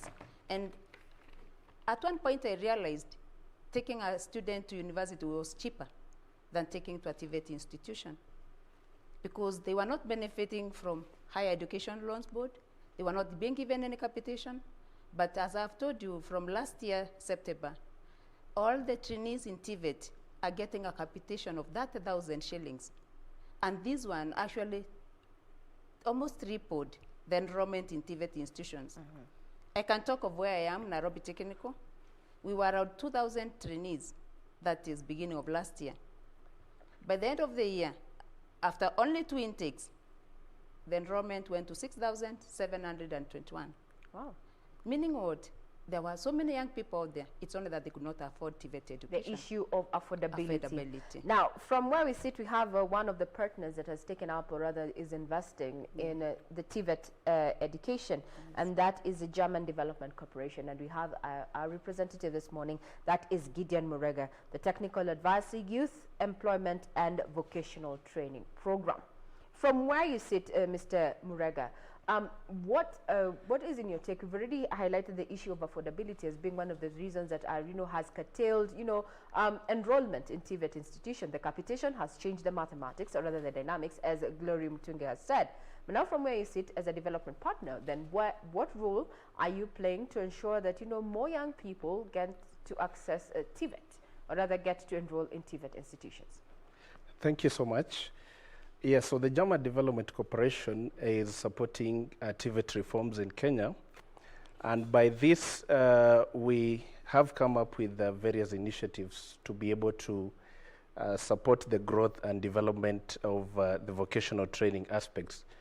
And recently, what we did is that we are piloting a new program called the Cooperative Vocational Training System in Kenya.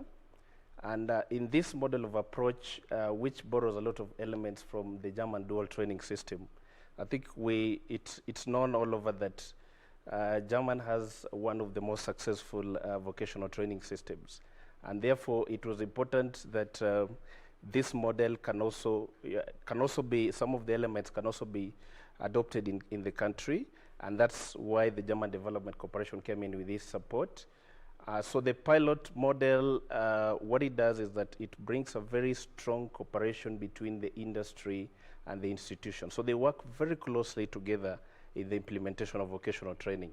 So this slightly deviates from our traditional TVET training methodology or approach, where you find that students go for an internship or an attachment. So in the cooperative training systems, the students work or they get training in the company and the school right from the start of the training.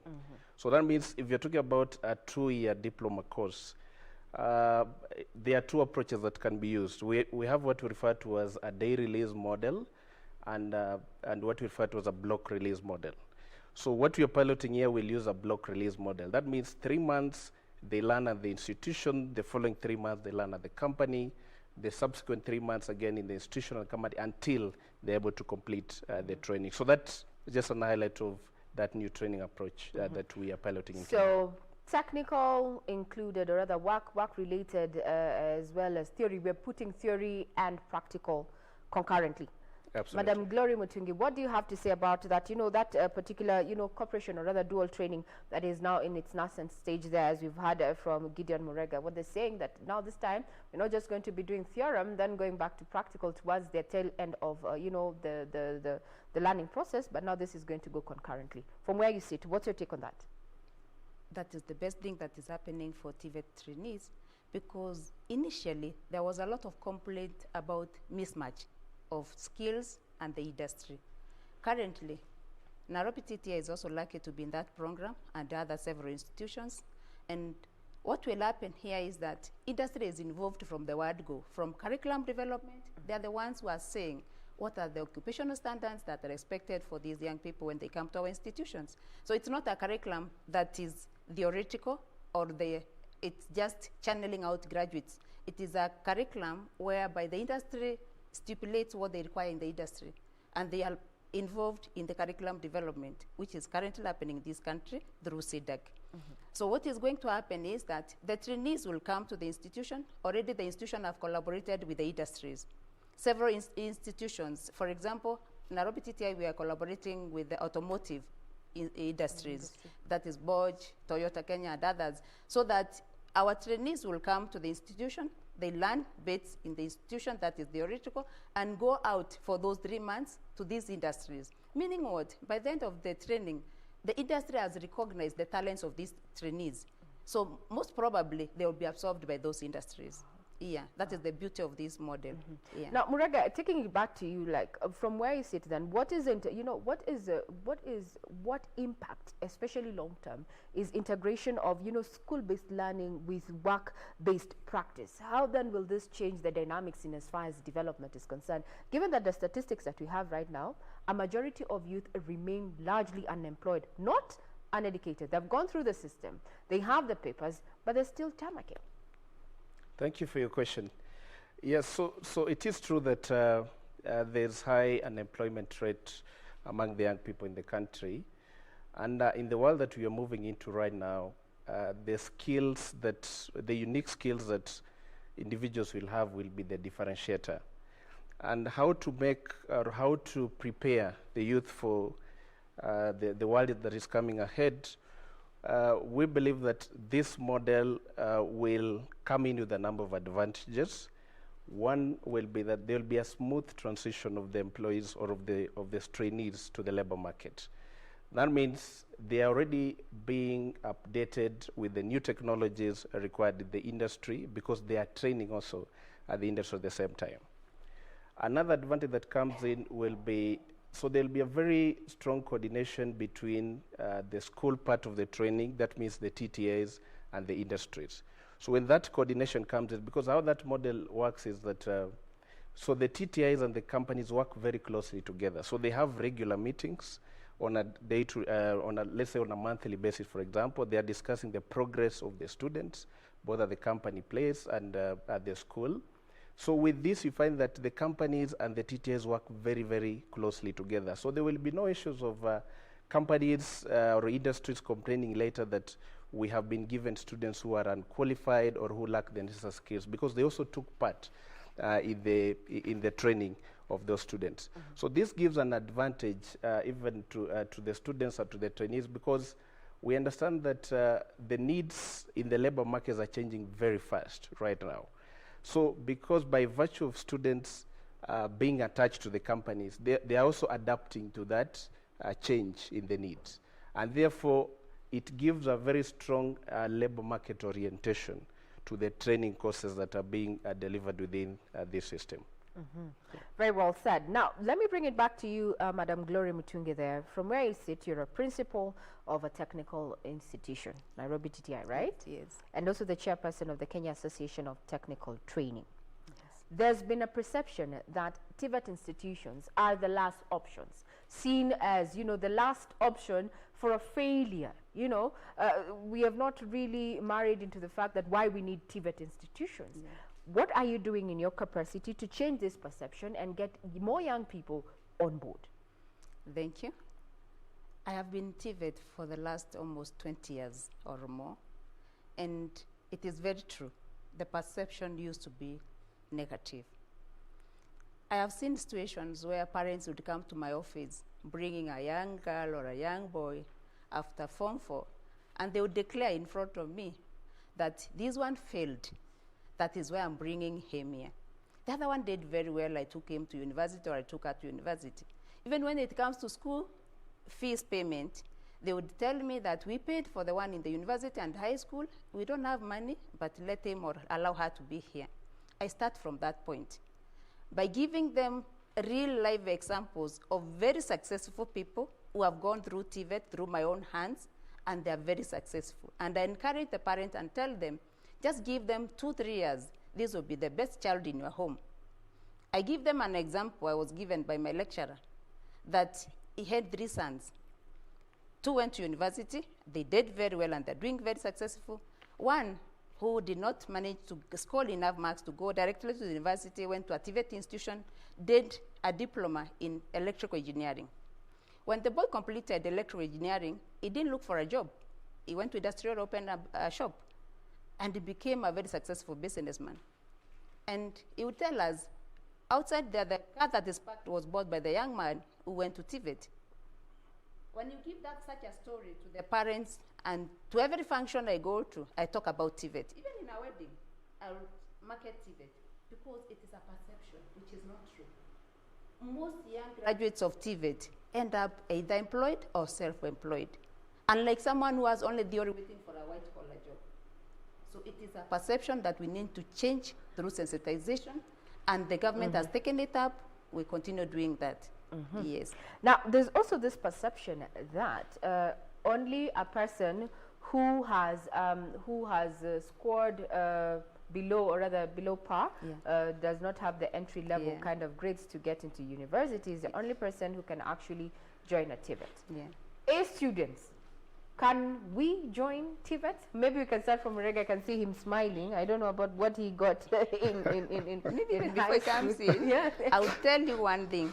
Currently in Nairobi TTI, I have an A student coming to do pharmacy, a diploma in pharmacy. I sit in the board of COOPS that places students. Over 2,000 students who scored C+ and above 2019 have chosen to join TVET programs. So it's not a program for those who score less than C-. Yes, it can Mr. Uranga, I mean, dealing with geniuses, you know, geniuses, we want to call them, let's use this term for now, colloquial as it is. Geniuses are shying away from getting into TVET program. You're a technical advisor, youth employment and vocational training program. You're well within this space. Have you had bright students pick TVET, and how has been, their story, going through this TVET program? Has it been a success? Yeah, I think it's important to note that TVET is just a pathway. So when you look at the levels or the paths that you can follow in the education line, TVET is just an alternative pathway that you can use. The only advantage that TVET gives you is that it gives you a high-level practical knowledge and know-how on how to handle some specific tasks, for example. So by this, that means you're equipped more in terms of in the event that you don't get maybe successful employment in future, you have a high chance of operating within the self-employment space very easily.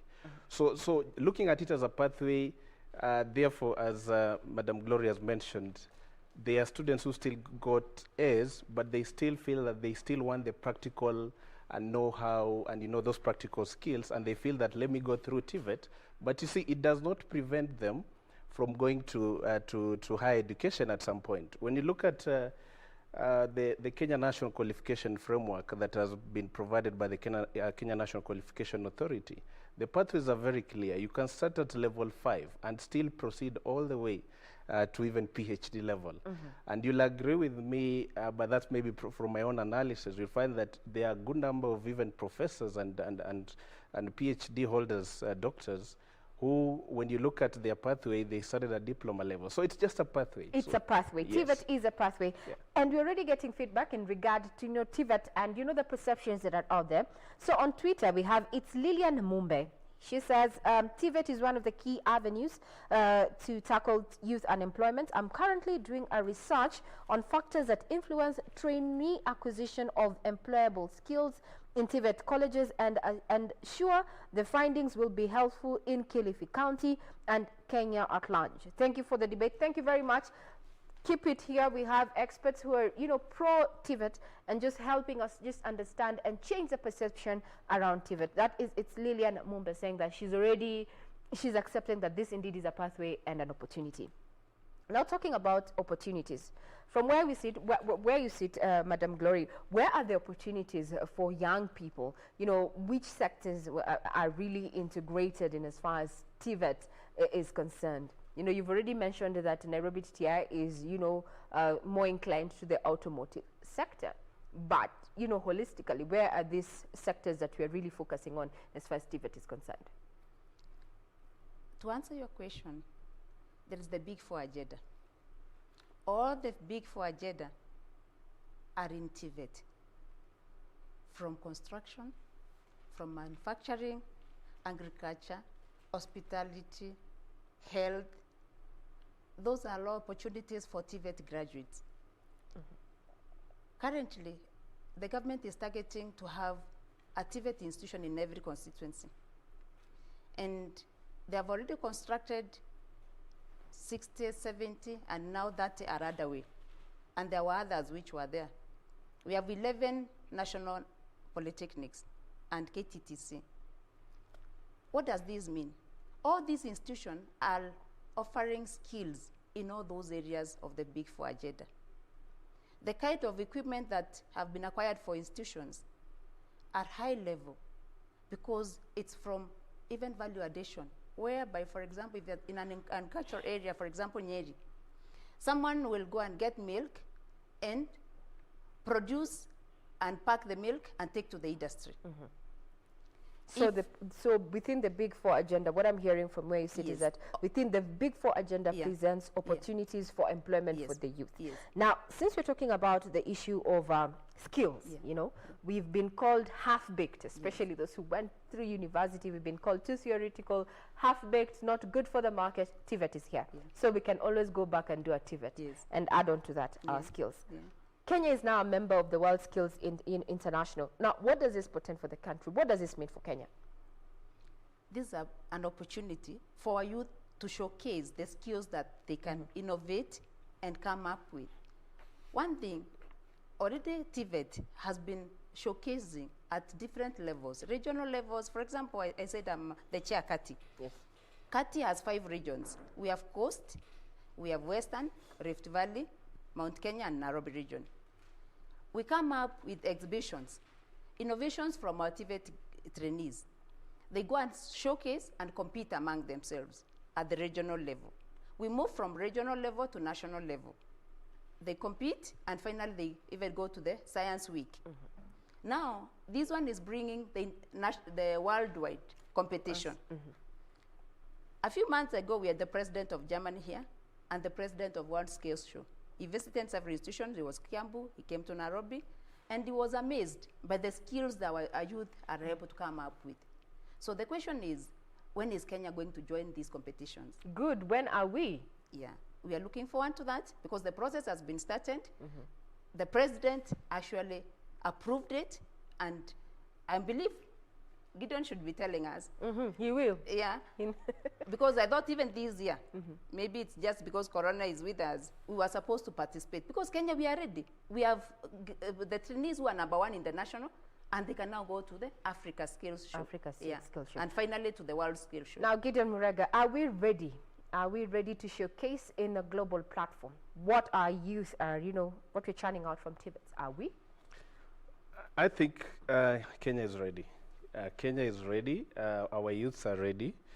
And I think just to give an example of what we are doing through the German Development Corporation in the 3 technical trades that we are actually piloting in the country, where Nairobi Technical is one of them. We are focusing on 3 major trades, and that is automotive mechatronics, which is being offered at Nairobi Technical.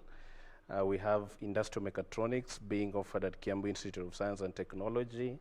And then we have car bodybuilding, which is being offered at Thika Technical Training Institute. So from these 3 trade areas, as you can see, they are highly technical trades.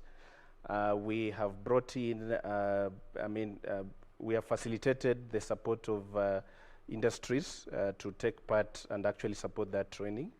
And these are high-level industry. I think Madam Glory mentioned, like, for example, Toyota, Bosch, which are supporting automotive mechatronics. And the rest also for the other trades. We have Kenya Vehicle Manufacturers working very closely with Thika Technical Training.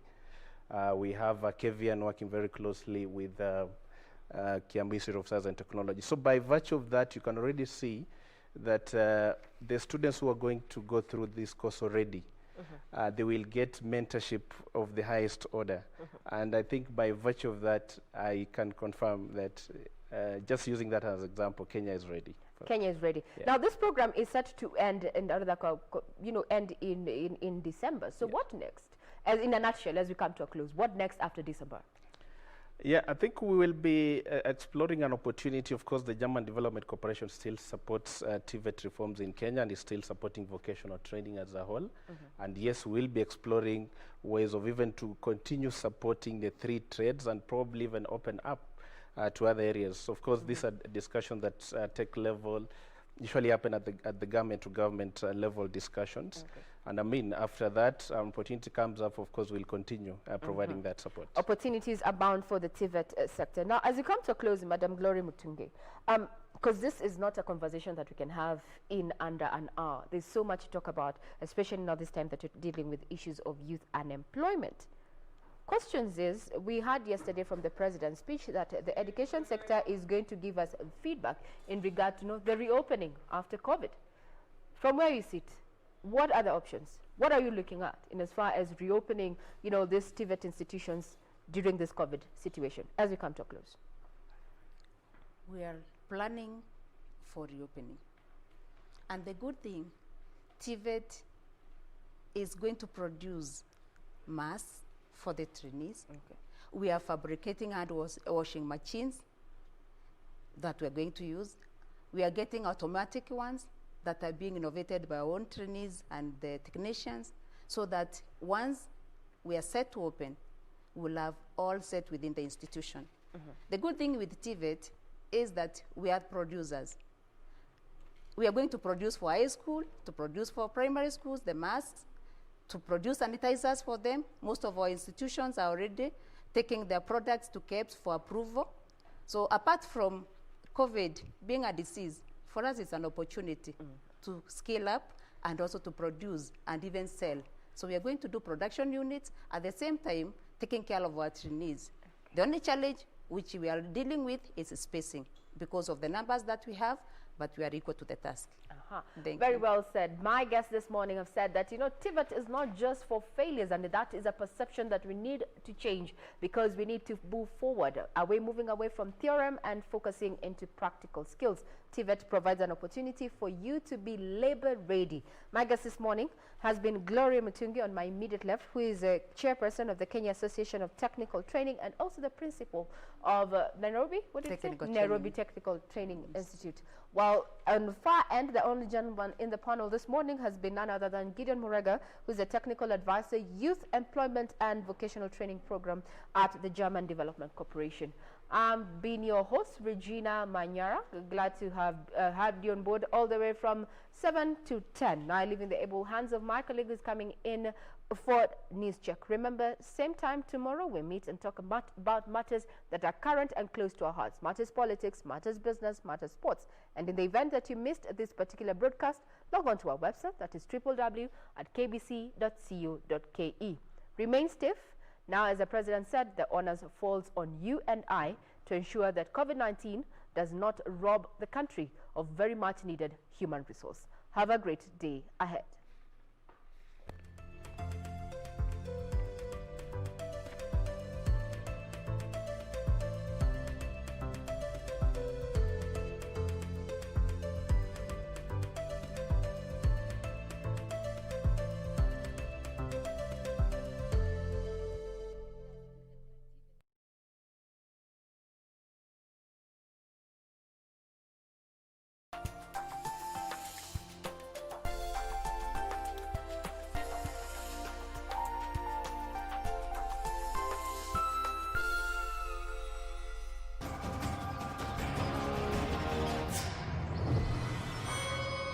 If you fear God at all, then today you will only tell the truth to the assembly. The person who supervised this conspiracy is the one who wants to dethrone you. And that trusted person is...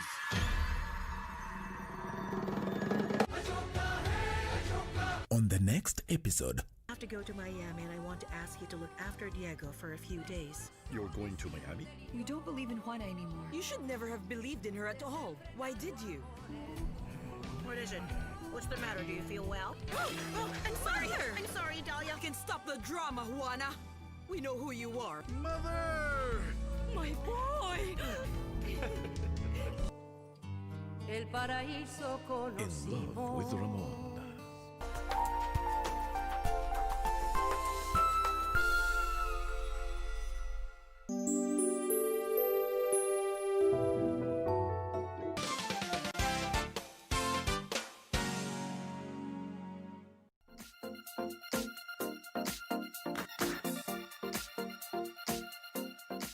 After completing a house, that's when the true art starts.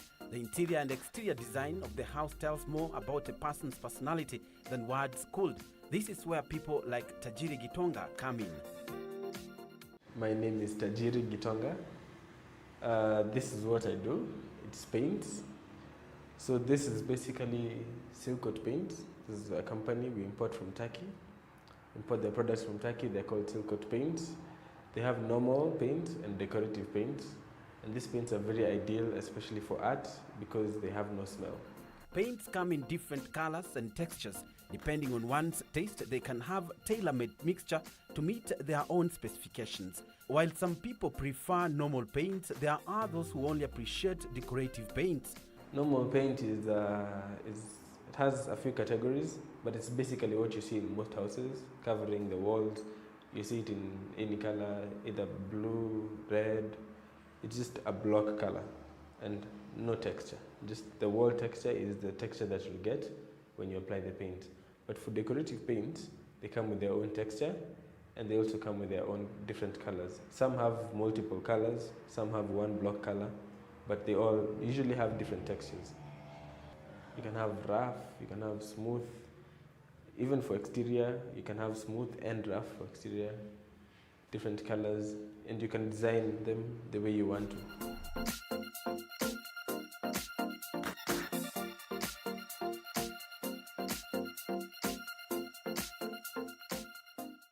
This is the paint depot, Eastern Bypass, and we deal with paints, both interior and exterior, and we have normal and decorative paints as well. So right now I'm going to take you through the decorative paints. We'll start with the normal interior decorative paints, And here we have Palace. Palace is interior decorative, and it comes in different kinds of colors, and it has a rough texture. And then we'll go to Velveto. Velveto is also interior decorative. Velveto has a smooth texture. It's a velvet-like texture, and it also comes in different shades, depending on what you would want. It also has a one block color. And then here we have Metallico. Metallico as well, interior decorative. Metallico has a subtle texture, not rough, but not smooth. A properly decorated house gives a mood that once you are in the house, it's hard to ignore. In an ideal situation, all the rooms, kitchen, dining, sitting room, bedroom should permit different moods. So this, the one that is behind me, this one is called liquid wallpaper. It has different designs. You can have it like this, 2 colors, and you can have it in one block color, and you can have it in, see, you can have it in up to 3 colors, 2 colors, and 1 color. So this one comes pre-mixed, so you just order the colors that you want, and then you apply on a wall. It's most of our products are DIY. For example, this one you just add normal water and you apply on the wall, and you're done. But especially for art, if you want to decorate, if you want to draw, you can always draw with such things because it's very easy to apply, and it's very easy to remove before it dries. It takes 24 hours to dry. So if there's a mistake, you can always remove. If you want to correct, it's very malleable. You can work with it.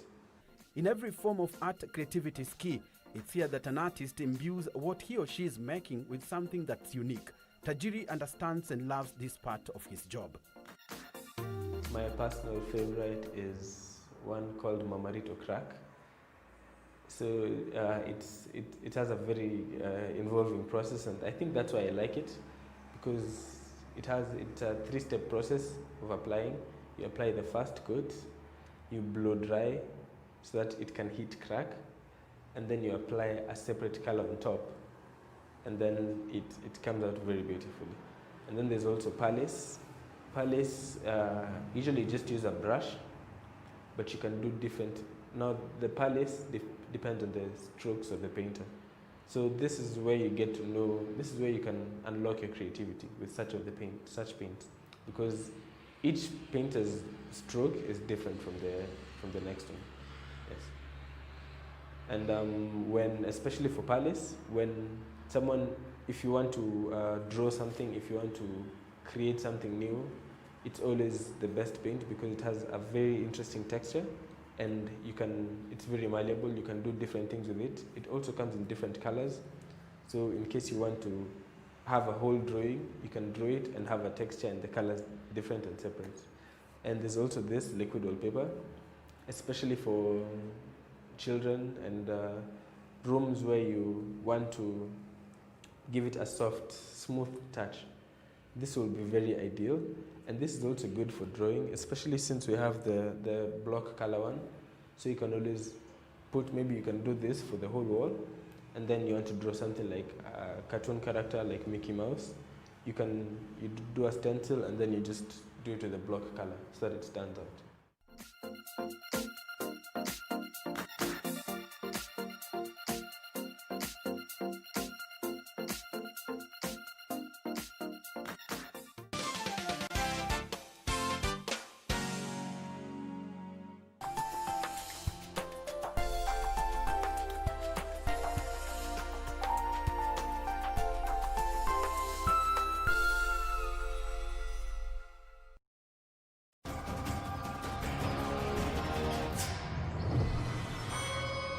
If you fear God at all, then today you will only tell the truth to the assembly. The person who supervised this conspiracy is the one who wants to dethrone you. And that trusted person is...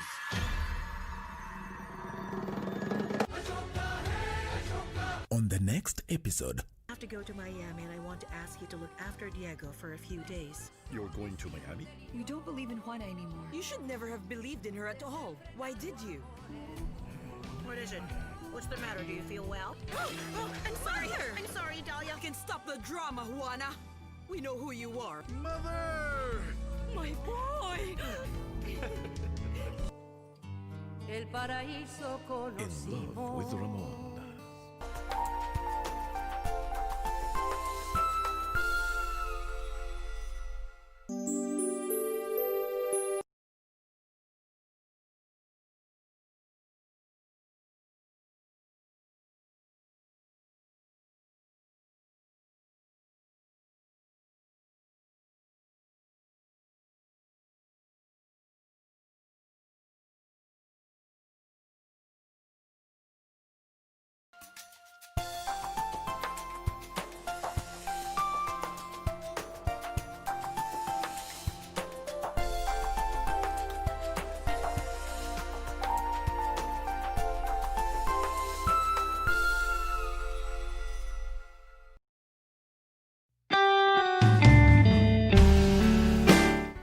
Hamjambo wa Kenya wenzangu. Mimi ni Mheshimiwa Mize. Ninalotaka kuambia ni kuwasihi ya kwamba corona iko. Na ili tupigane nayo na tuishinde. Ukikohoa, tafadhali kama una ile ya kujifunika ile tissue, weka mkono hapa. Kama ni chafya yako acho na itabakia pale pale. Kama ni kukohoa yako koholea hapo. Na nakwambia tukizingatia sheria na tuitii, hii corona tutaishinda na nchi yetu tutarudi kama kawaida.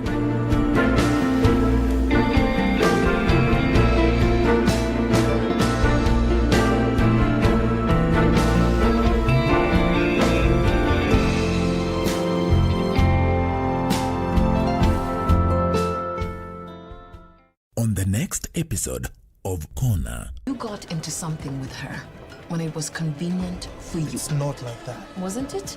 We weren't supposed to have any distractions. That was the whole point. Either Amani comes or you can forget about me. Wangoi will take care of I her. don't want to hear that name. Amani's back home. I don't know what to tell you. Can pretend to be a really old woman. Alafu nijifanye mimi mama yako. I didn't ask you to try. I asked you to get it.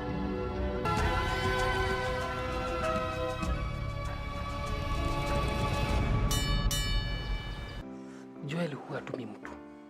Safari hii mwambie ajiletee mwenyewe.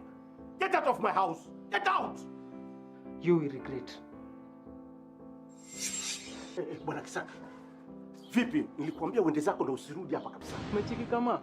Kama yuko heri, hata bibi yake pia yuko. Sasa wewe na Kasheshe Mob, nani amekuuliza story ya bibi yake? Mimi nadai kucheki tu kama. Hiyo story tumeshoka nayo na tumeshoka nayo. Na tena tuko na stress zetu huko. Unajua hivi? Nishukue Mungu.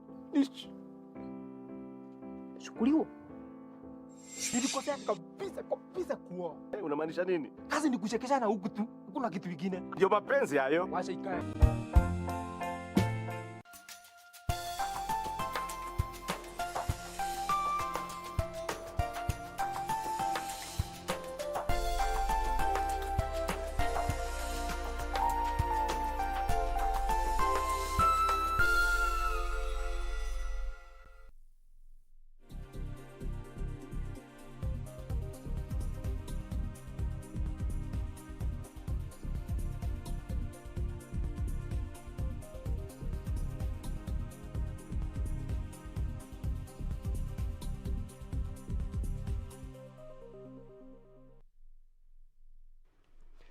The day is 7th July, actually Sabasaba, and today on News Check we will be looking at various aspects in relations to the COVID-19. My name is Ben Troy Njue. Welcome. I will be hosting one of the members of parliament, and also we will be having an official from the Kenya National Union of Nurses later to talk about. Well, yesterday the president did actually a partial reopening of the economy. I believe that we should kind of talk about that first, the president's speech. And joining me on set is Tigania West Member of Parliament John Mutunga. Karibu sana mheshimiwa. Thank you so much. At Ben Troy is my Twitter handle, at KBC Channel 1. The hashtag to use is KBC News Check. Mheshimiwa, yesterday the president's speech, actually I can say it was one of the most anticipated speech in recent times. Yes. What do you make of the president's speech? First of all, I believe quite a number of Kenyans have been waiting. There has been a lot of anticipation. Many people saying they would like the president to do this or that, to open up the economy and so on and so forth. The speech was quite balanced in view of the times we are in right now, because the head of state exercised a lot of caution when it comes to opening up the economy. In view of the fact that the numbers are rising, although we may not be very sure whether, but I saw the other day, you see, when you test 4,000 and you get 200, and you test 3,000 and you get 150, and you test maybe 1,500 and you get 90. Yes. It doesn't seem to tell us a lot. But if they could tell us in terms of proportion, what does it mean when you test 4,500, you get 400, and that's like about 10% of the people of the cases. But the other day I saw something very strange. We got around 189 cases out of 289, I think, out of 2,000 cases tested. So that tells you that the numbers are increasing. So in view of these numbers, and in view of the fact that we need to be very careful, and especially so that we may not lose on what we've already invested in. We've stayed in lockdown. We've been able to go through a process of very difficult economic times. So the president needed to exercise caution, and I could see the way he was really struggling to to put it across, so that Kenyans realize we need the economy open, all right, but we need to be very careful when it comes to taking care of ourselves and not allowing the spread of coronavirus to be too fast. There are a few things that he said which were very fundamental. First of all, we need to be a little bit more cautious now. There is no total control of the people by the state. The people will have to control themselves from now on. There will be no policemen on the road. They will have to be their own policemen. The mingling with there are 3 towns, 3 urban centers that have been on lockdown and under restriction. So he opened up. He allowed people to leave Nairobi to the rural areas, and also Mandera and Mombasa. There are many people who have been willing, hoping to have, looking forward to have a chance to travel to the rural areas. So we need to exercise caution, because you realize that most of the old people are in the rural areas. And if you see who is dying, if you analyze who is actually dying of COVID, we are seeing a lot more of the vulnerable people are the older people. Again, those who have, cases of long-term illnesses. So, and we also, I don't know whether we are at the level of preparedness that would say everybody is safe. So we need to exercise caution on our own. And still on the same, looking at the dailies and also on social media, people have been talking about the winners and losers in the president's speech. But at the end of the day, the president did say that now the ball is squarely on our court, and especially on the counters, on the counties, and you are a legislator. We'll get down to that.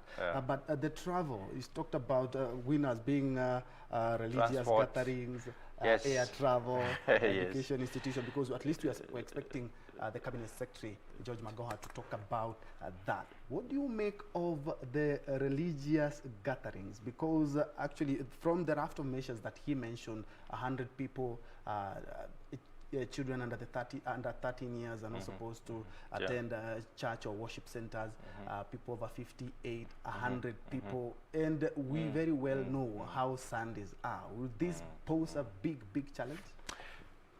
Let me say that at least there will be congregations and people pray together. That's one of the things that Kenyans have been asking for. They would like to join and pray for this country, especially because now these things are not very good. And the only thing you can do when it comes to COVID is pray, because COVID has almost affected everyone. There's no superpower to COVID. There's no one who can say I have total control of it. So the only power remaining is the power of God. So we needed to have the churches open. Even having said that, we need to exercise extra caution when it comes to congregation. And I think the president's speech in leaving out certain age groups was very careful, because those are considered to be the most vulnerable. And as they're saying, having 100 people at any one time, of course, 100 is the maximum. That's what he said. He was careful to say the largest number that should be congregating at any one time in a church is 100. And I'm sure they are going to, we are supposed to observe social distancing, there is a committee that was put together to look into how the behavioral attributes of conducting a service after the reopening. And I'm sure they have come up with guidelines that will enable the people to, the organizers or the leadership within the clergy and the Muslim community to be able to know how to conduct the worship while observing social distancing and also making sure that at least people are not infecting one another. One of the things that happen in some of these institutions, say for the Muslim, which I do not know, is that the people sing. And when you sing, when you sing loudly, you spit out. And if you have COVID, then we shall be spreading COVID quite actively. That's like an active expression of this particular phenomenon. Which is different from when people go for a meeting. Yes. When people talk in an organized manner, maybe you choose to go and talk at the podium, and one person will talk at any one time. But when people sing, they sing all of them at the same time. That's one of the things that has been worrying many people when they analyze what is going to happen, especially in open up churches. But one of the things we need to do is to exercise caution, especially in terms of observing the cleanliness, the washing of the hands, checking temperatures, and I think we need a way of collecting this data on the temperature variations so that we may be able to know exactly what do we do when we find somebody has that 8.8 degrees Celsius. What do you do? Yes. You need mechanisms of maybe contacting, maybe informing, maybe activating a certain mechanism to now have these people taken care of. Yeah, because most of the places we are seeing people with the temperature gun. Yeah, you have the temperature gun. It's like one time I think there was there was a lot of worry about the Al-Shabaab. And then we had a lot of introduction of a lot of security details, and where people used to be checked a lot and so on. And then the vehicles would be checked even under. And I kept wondering, supposing this watchman, this security guard, who doesn't even have a weapon, finds a bomb hanging under the car, what would he do? Would he run away? So we need to be a lot more prepared. And I think in this particular case, we need a mechanism that links the institution that is congregating people together, and also some alerting mechanism to the actors. Like if it is in a county situation, I would expect that those who are managing the COVID at the county level, the county COVID response committee must be empowered in a way that they are able to be reached out to in the event that you find somebody has a high fever, or maybe you find that there's a problem. Yeah. First of all, let's have a sneak peek of what the president said yesterday in his speech. Okay. At 100%, but we have met a reasonable level of preparedness across our counties. I therefore today announce a phased reopening of the country as follows. 1, today I order and direct that the cessation of movement into and out of the Nairobi metropolitan area, Mombasa County, and Manyara County that is currently in force shall lapse today or at 4 a.m. tomorrow, Tuesday, the 7th of July, 2020.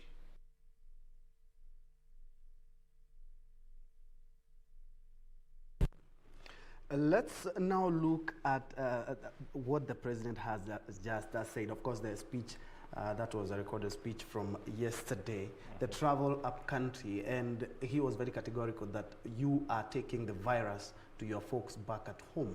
This is a big challenge. The reason why we and these 3 urban centers closed up, or rather under cessation, is because the most of the incidences were found in these areas. There were many incidences in Mombasa. There were quite a number of incidences in Nairobi. Nairobi has been leading most of the time, although Mombasa is a time Mombasa was also coming up very fast. And then Manyara was also another case. So that is why the president locked up. The importance of locking up is not allowing the possibilities of spreading this virus to the rural areas. And I think to a large extent that has helped, because we have not seen an upsurge in the rural areas as there has been in Nairobi itself.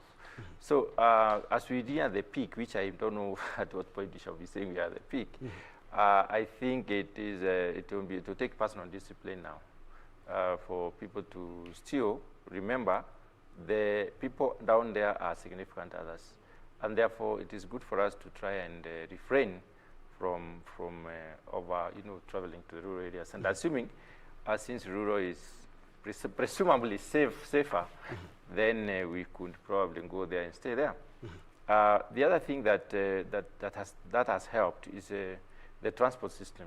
I find that useful because, like yesterday, I saw in the media more than 100 buses from from the East Coast Transport Company parked. Some of them quite dusty. And that tells you how much money that company has lost. And that's not the only company that has lost money. So people have not been moving from one place to another. So we are seeing a situation where now we shall have interchange between the rural and the capital. There has been a lot of, most of the wares and most of the goods which are probably important, most of the time important, are found in the capital. That's why you find most of the warehouses, most of the importers are there. They have their warehouses here, and many people would like to come for them and go and sell, for instance, for utility purposes, utilization in construction, for instance, and other users in the rural areas. That has not been happening, or it has been happening at a very low scale. Also, the headquarters of everything is here. So many people would have wanted to come and consult the headquarters. So the transport system is going to be revitalized, but there are guidelines on how many people can travel in a vehicle, what kind of spacing that should be kept, and even the capacities. Like a 14-seater matatu is supposed to carry 8. I think a 25-seater is 15, and so on and so forth. So those things are there. Are you worried, still on the same, are you worried on looking at matatus nowadays, the sanitization that we were all following? Some of them are not following that. And just a few minutes to the curfew hours, you find that vehicles now, they're packing people like bags. Is it a major concern still on the transport sector? It's a very, very serious concern. And that's one of the concerns that even the education management system should be looking at, especially in congregation. The behavioral aspect of people getting very closely together, especially in schools. But when it comes to packing people in a transport system, that should be avoided by all means, because it's most likely going to cause problems in this country.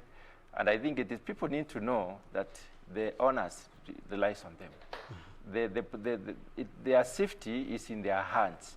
The closer you are to people you do not know, people you have not related with closely, not members of your family. This is why there was lockdown and people are supposed to stay at home, and the messaging of staying at home was very lauded, is because when you are staying at home, you can easily manage your issues.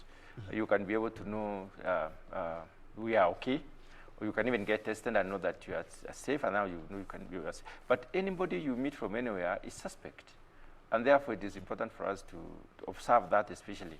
I think what we need is to try and extend the time that people are being transported from cities, especially back home. And I remember there's a time the government kind of resolved that people can leave work at 4. And I think it is still a standing position, so that they have a lot of time to secure public transport. What we need to do is try to be going early for the transport. And even when queuing, we need to observe the 1.5 meter or 1 meter. You've seen in social distancing. There is nothing like that in most of the places.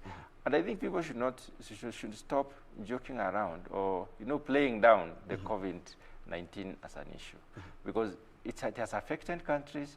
I saw one time Brazil buried 1,000 people one day.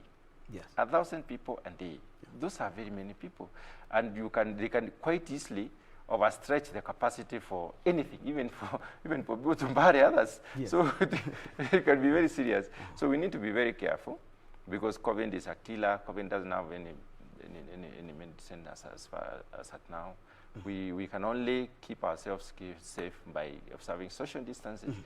And the congestion anywhere is extremely risky. That's what we need to be knowing. Yeah, and still on the lifting of the cessation of movement and the transport, looking at the president talking about now you really need to be, the ball is squarely on your court. But talking about still on this, on the same, the president also did say social gatherings are already banned as the situation is. But we have seen the political class, and you actually fall in the same place. Yes. Politicians having meetings, having sessions with other people. Yes, the president was very clear that that no political rallies or any form of gathering is allowed. All of them are disallowed. But then even when he was talking about the churches, he said at least a maximum of 100 people, irrespective of the size of the auditorium. However big the hall is, we should not exceed 100 people. What we know in Kenya, polity is very emotive.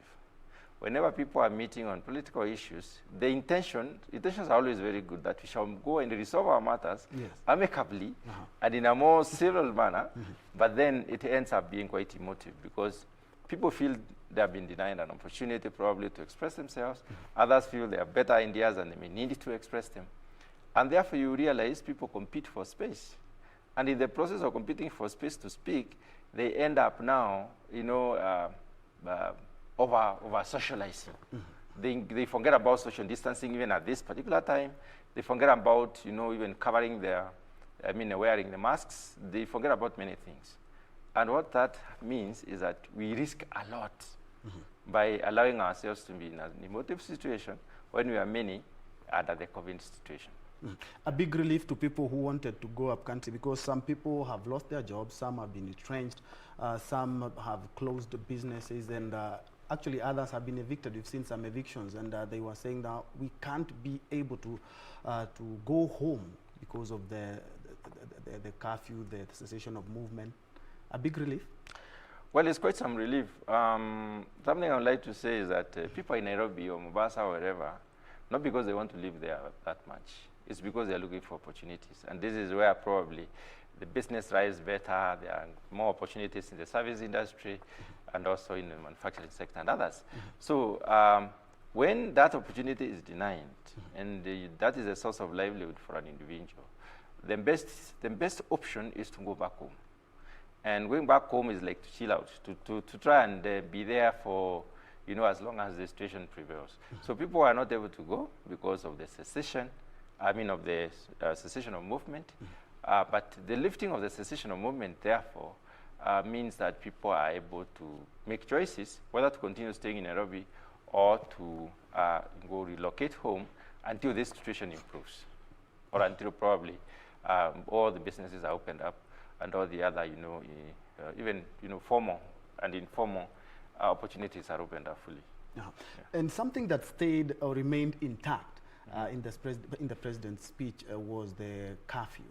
Yes. Of course, the 9 to 4 9 to 4 a.m. Yes. And some people have mooted and have talked about it being one of the best ideas, and especially for security purposes, as a big boost to security, because some of the cases that we were experiencing of robbery, we are not reporting them at the moment. Yeah, most of the robbery goes on at night, apart from the armed robbery, where they daringly go and break into. Most of it goes on at night. And the curfew between 9 p.m. and 4 a.m. has been a good idea in keeping people away from congregation points at the wrong time. It is bad for people to be in gatherings during the day, but it is worse for people to be in gatherings at night. Because at night, first of all, it's cold. Secondly, I don't think they'll be gathering while taking a cup of tea. Yes. Most of the time, they'll be taking something that influences their mental capacity to resolve issues. Yes. And therefore, they will need to there's many other things. Many other social events will be going on. And unfortunately, that can lead to an upsurge of the spread of the disease. So that is why maintaining the curfew is a good idea.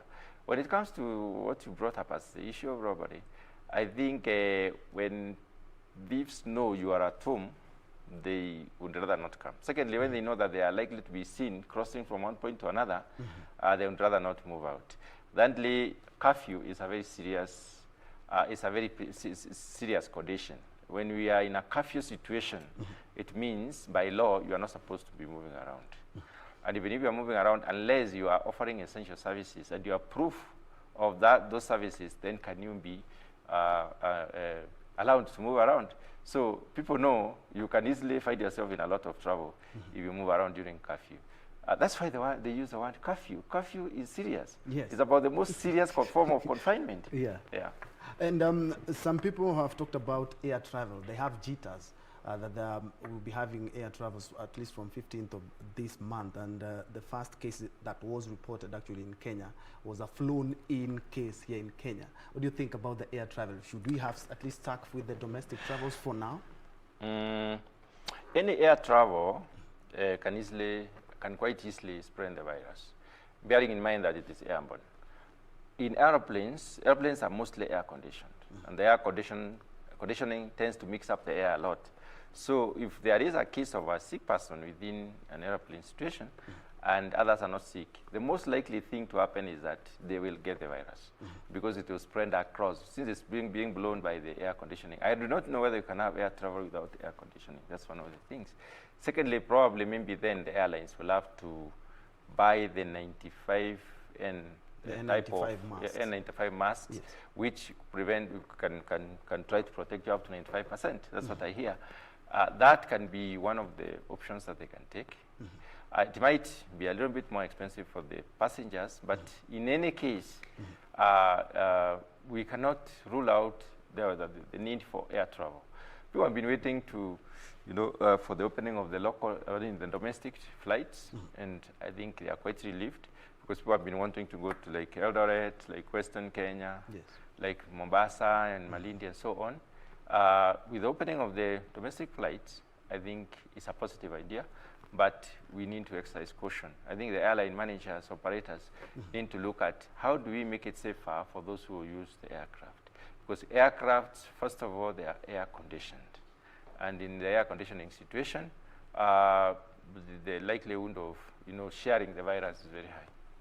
Let's now move to the counties. Of course, after the president lifted the cessation of movement, we are going to experience a lot of people inter-county movements. And we have an ailing health system in Kenya. We had several challenges even before COVID-19 came. Do you think that the counties are ready now to actually battle COVID-19? As for operational readiness, has to do with having the capacity to respond at the point in need and also having what it takes. I do not think we are operationally ready in this particular case, because the reports indicate that about 16 counties only have been able to reach the 300 bed capacity, yes, for the isolation beds in the event of that we have some patients suffering from COVID-19. That tells you that more than 30 counties they are out there that one counties have not done, have not finalized their preparation. And then we have opened for everybody to move anywhere. There has been point checks at the boundaries of every county. I don't know whether that is going to continue or whether it is also ruled out.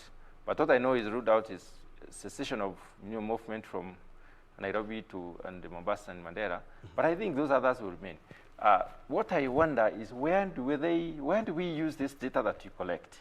Because any information you collect must be analyzed and must help us in decision making. Yes. So I don't know when you collect so much information, because like when I'm traveling to Meru sometimes, I stop at, of course, besides Thika, I stop in Laikipia. Laikipia is quite notorious. And they collect a lot of information. Then sometimes I even ask them, and where do you use this information? Because it has to do with almost everything about you. And if they use that information very well and then probably monitored the incidences of increase or occurrences of the COVID-19 cases in those areas, then probably relate to the streaming in of the visitors. But I don't think we have analyzed that data very well. So what we are not doing as a country is not analyzing the data that we are collecting. Actually, we are not being databased in this because this is really needs a scientific approach. Even what I was saying initially about the figures that we are flashing out, we need to be telling Kenyans that when we say so many, we need to have those graphs shown from the beginning to now, that in terms of proportions, in terms of percentages. What happened when we discovered, maybe we tested 5 people and discovered one case, it means 20%, rate. Then that way we can be able to be saying, oh, okay, things are not very good, things are, but when you talk about absolute figures don't tell us a lot. So when it comes to opening up, there will be a lot of commingling of people. I'm sure, of course, hotels and restaurants have been opened up on takeaway services. The takeaway services in many places will be quite active. And I think there will be a little bit or more of movement of people, although I don't think the economy will also allow them to spend a lot out there. Okay. People don't have money. Yes. Yes. In case you're joining us, this is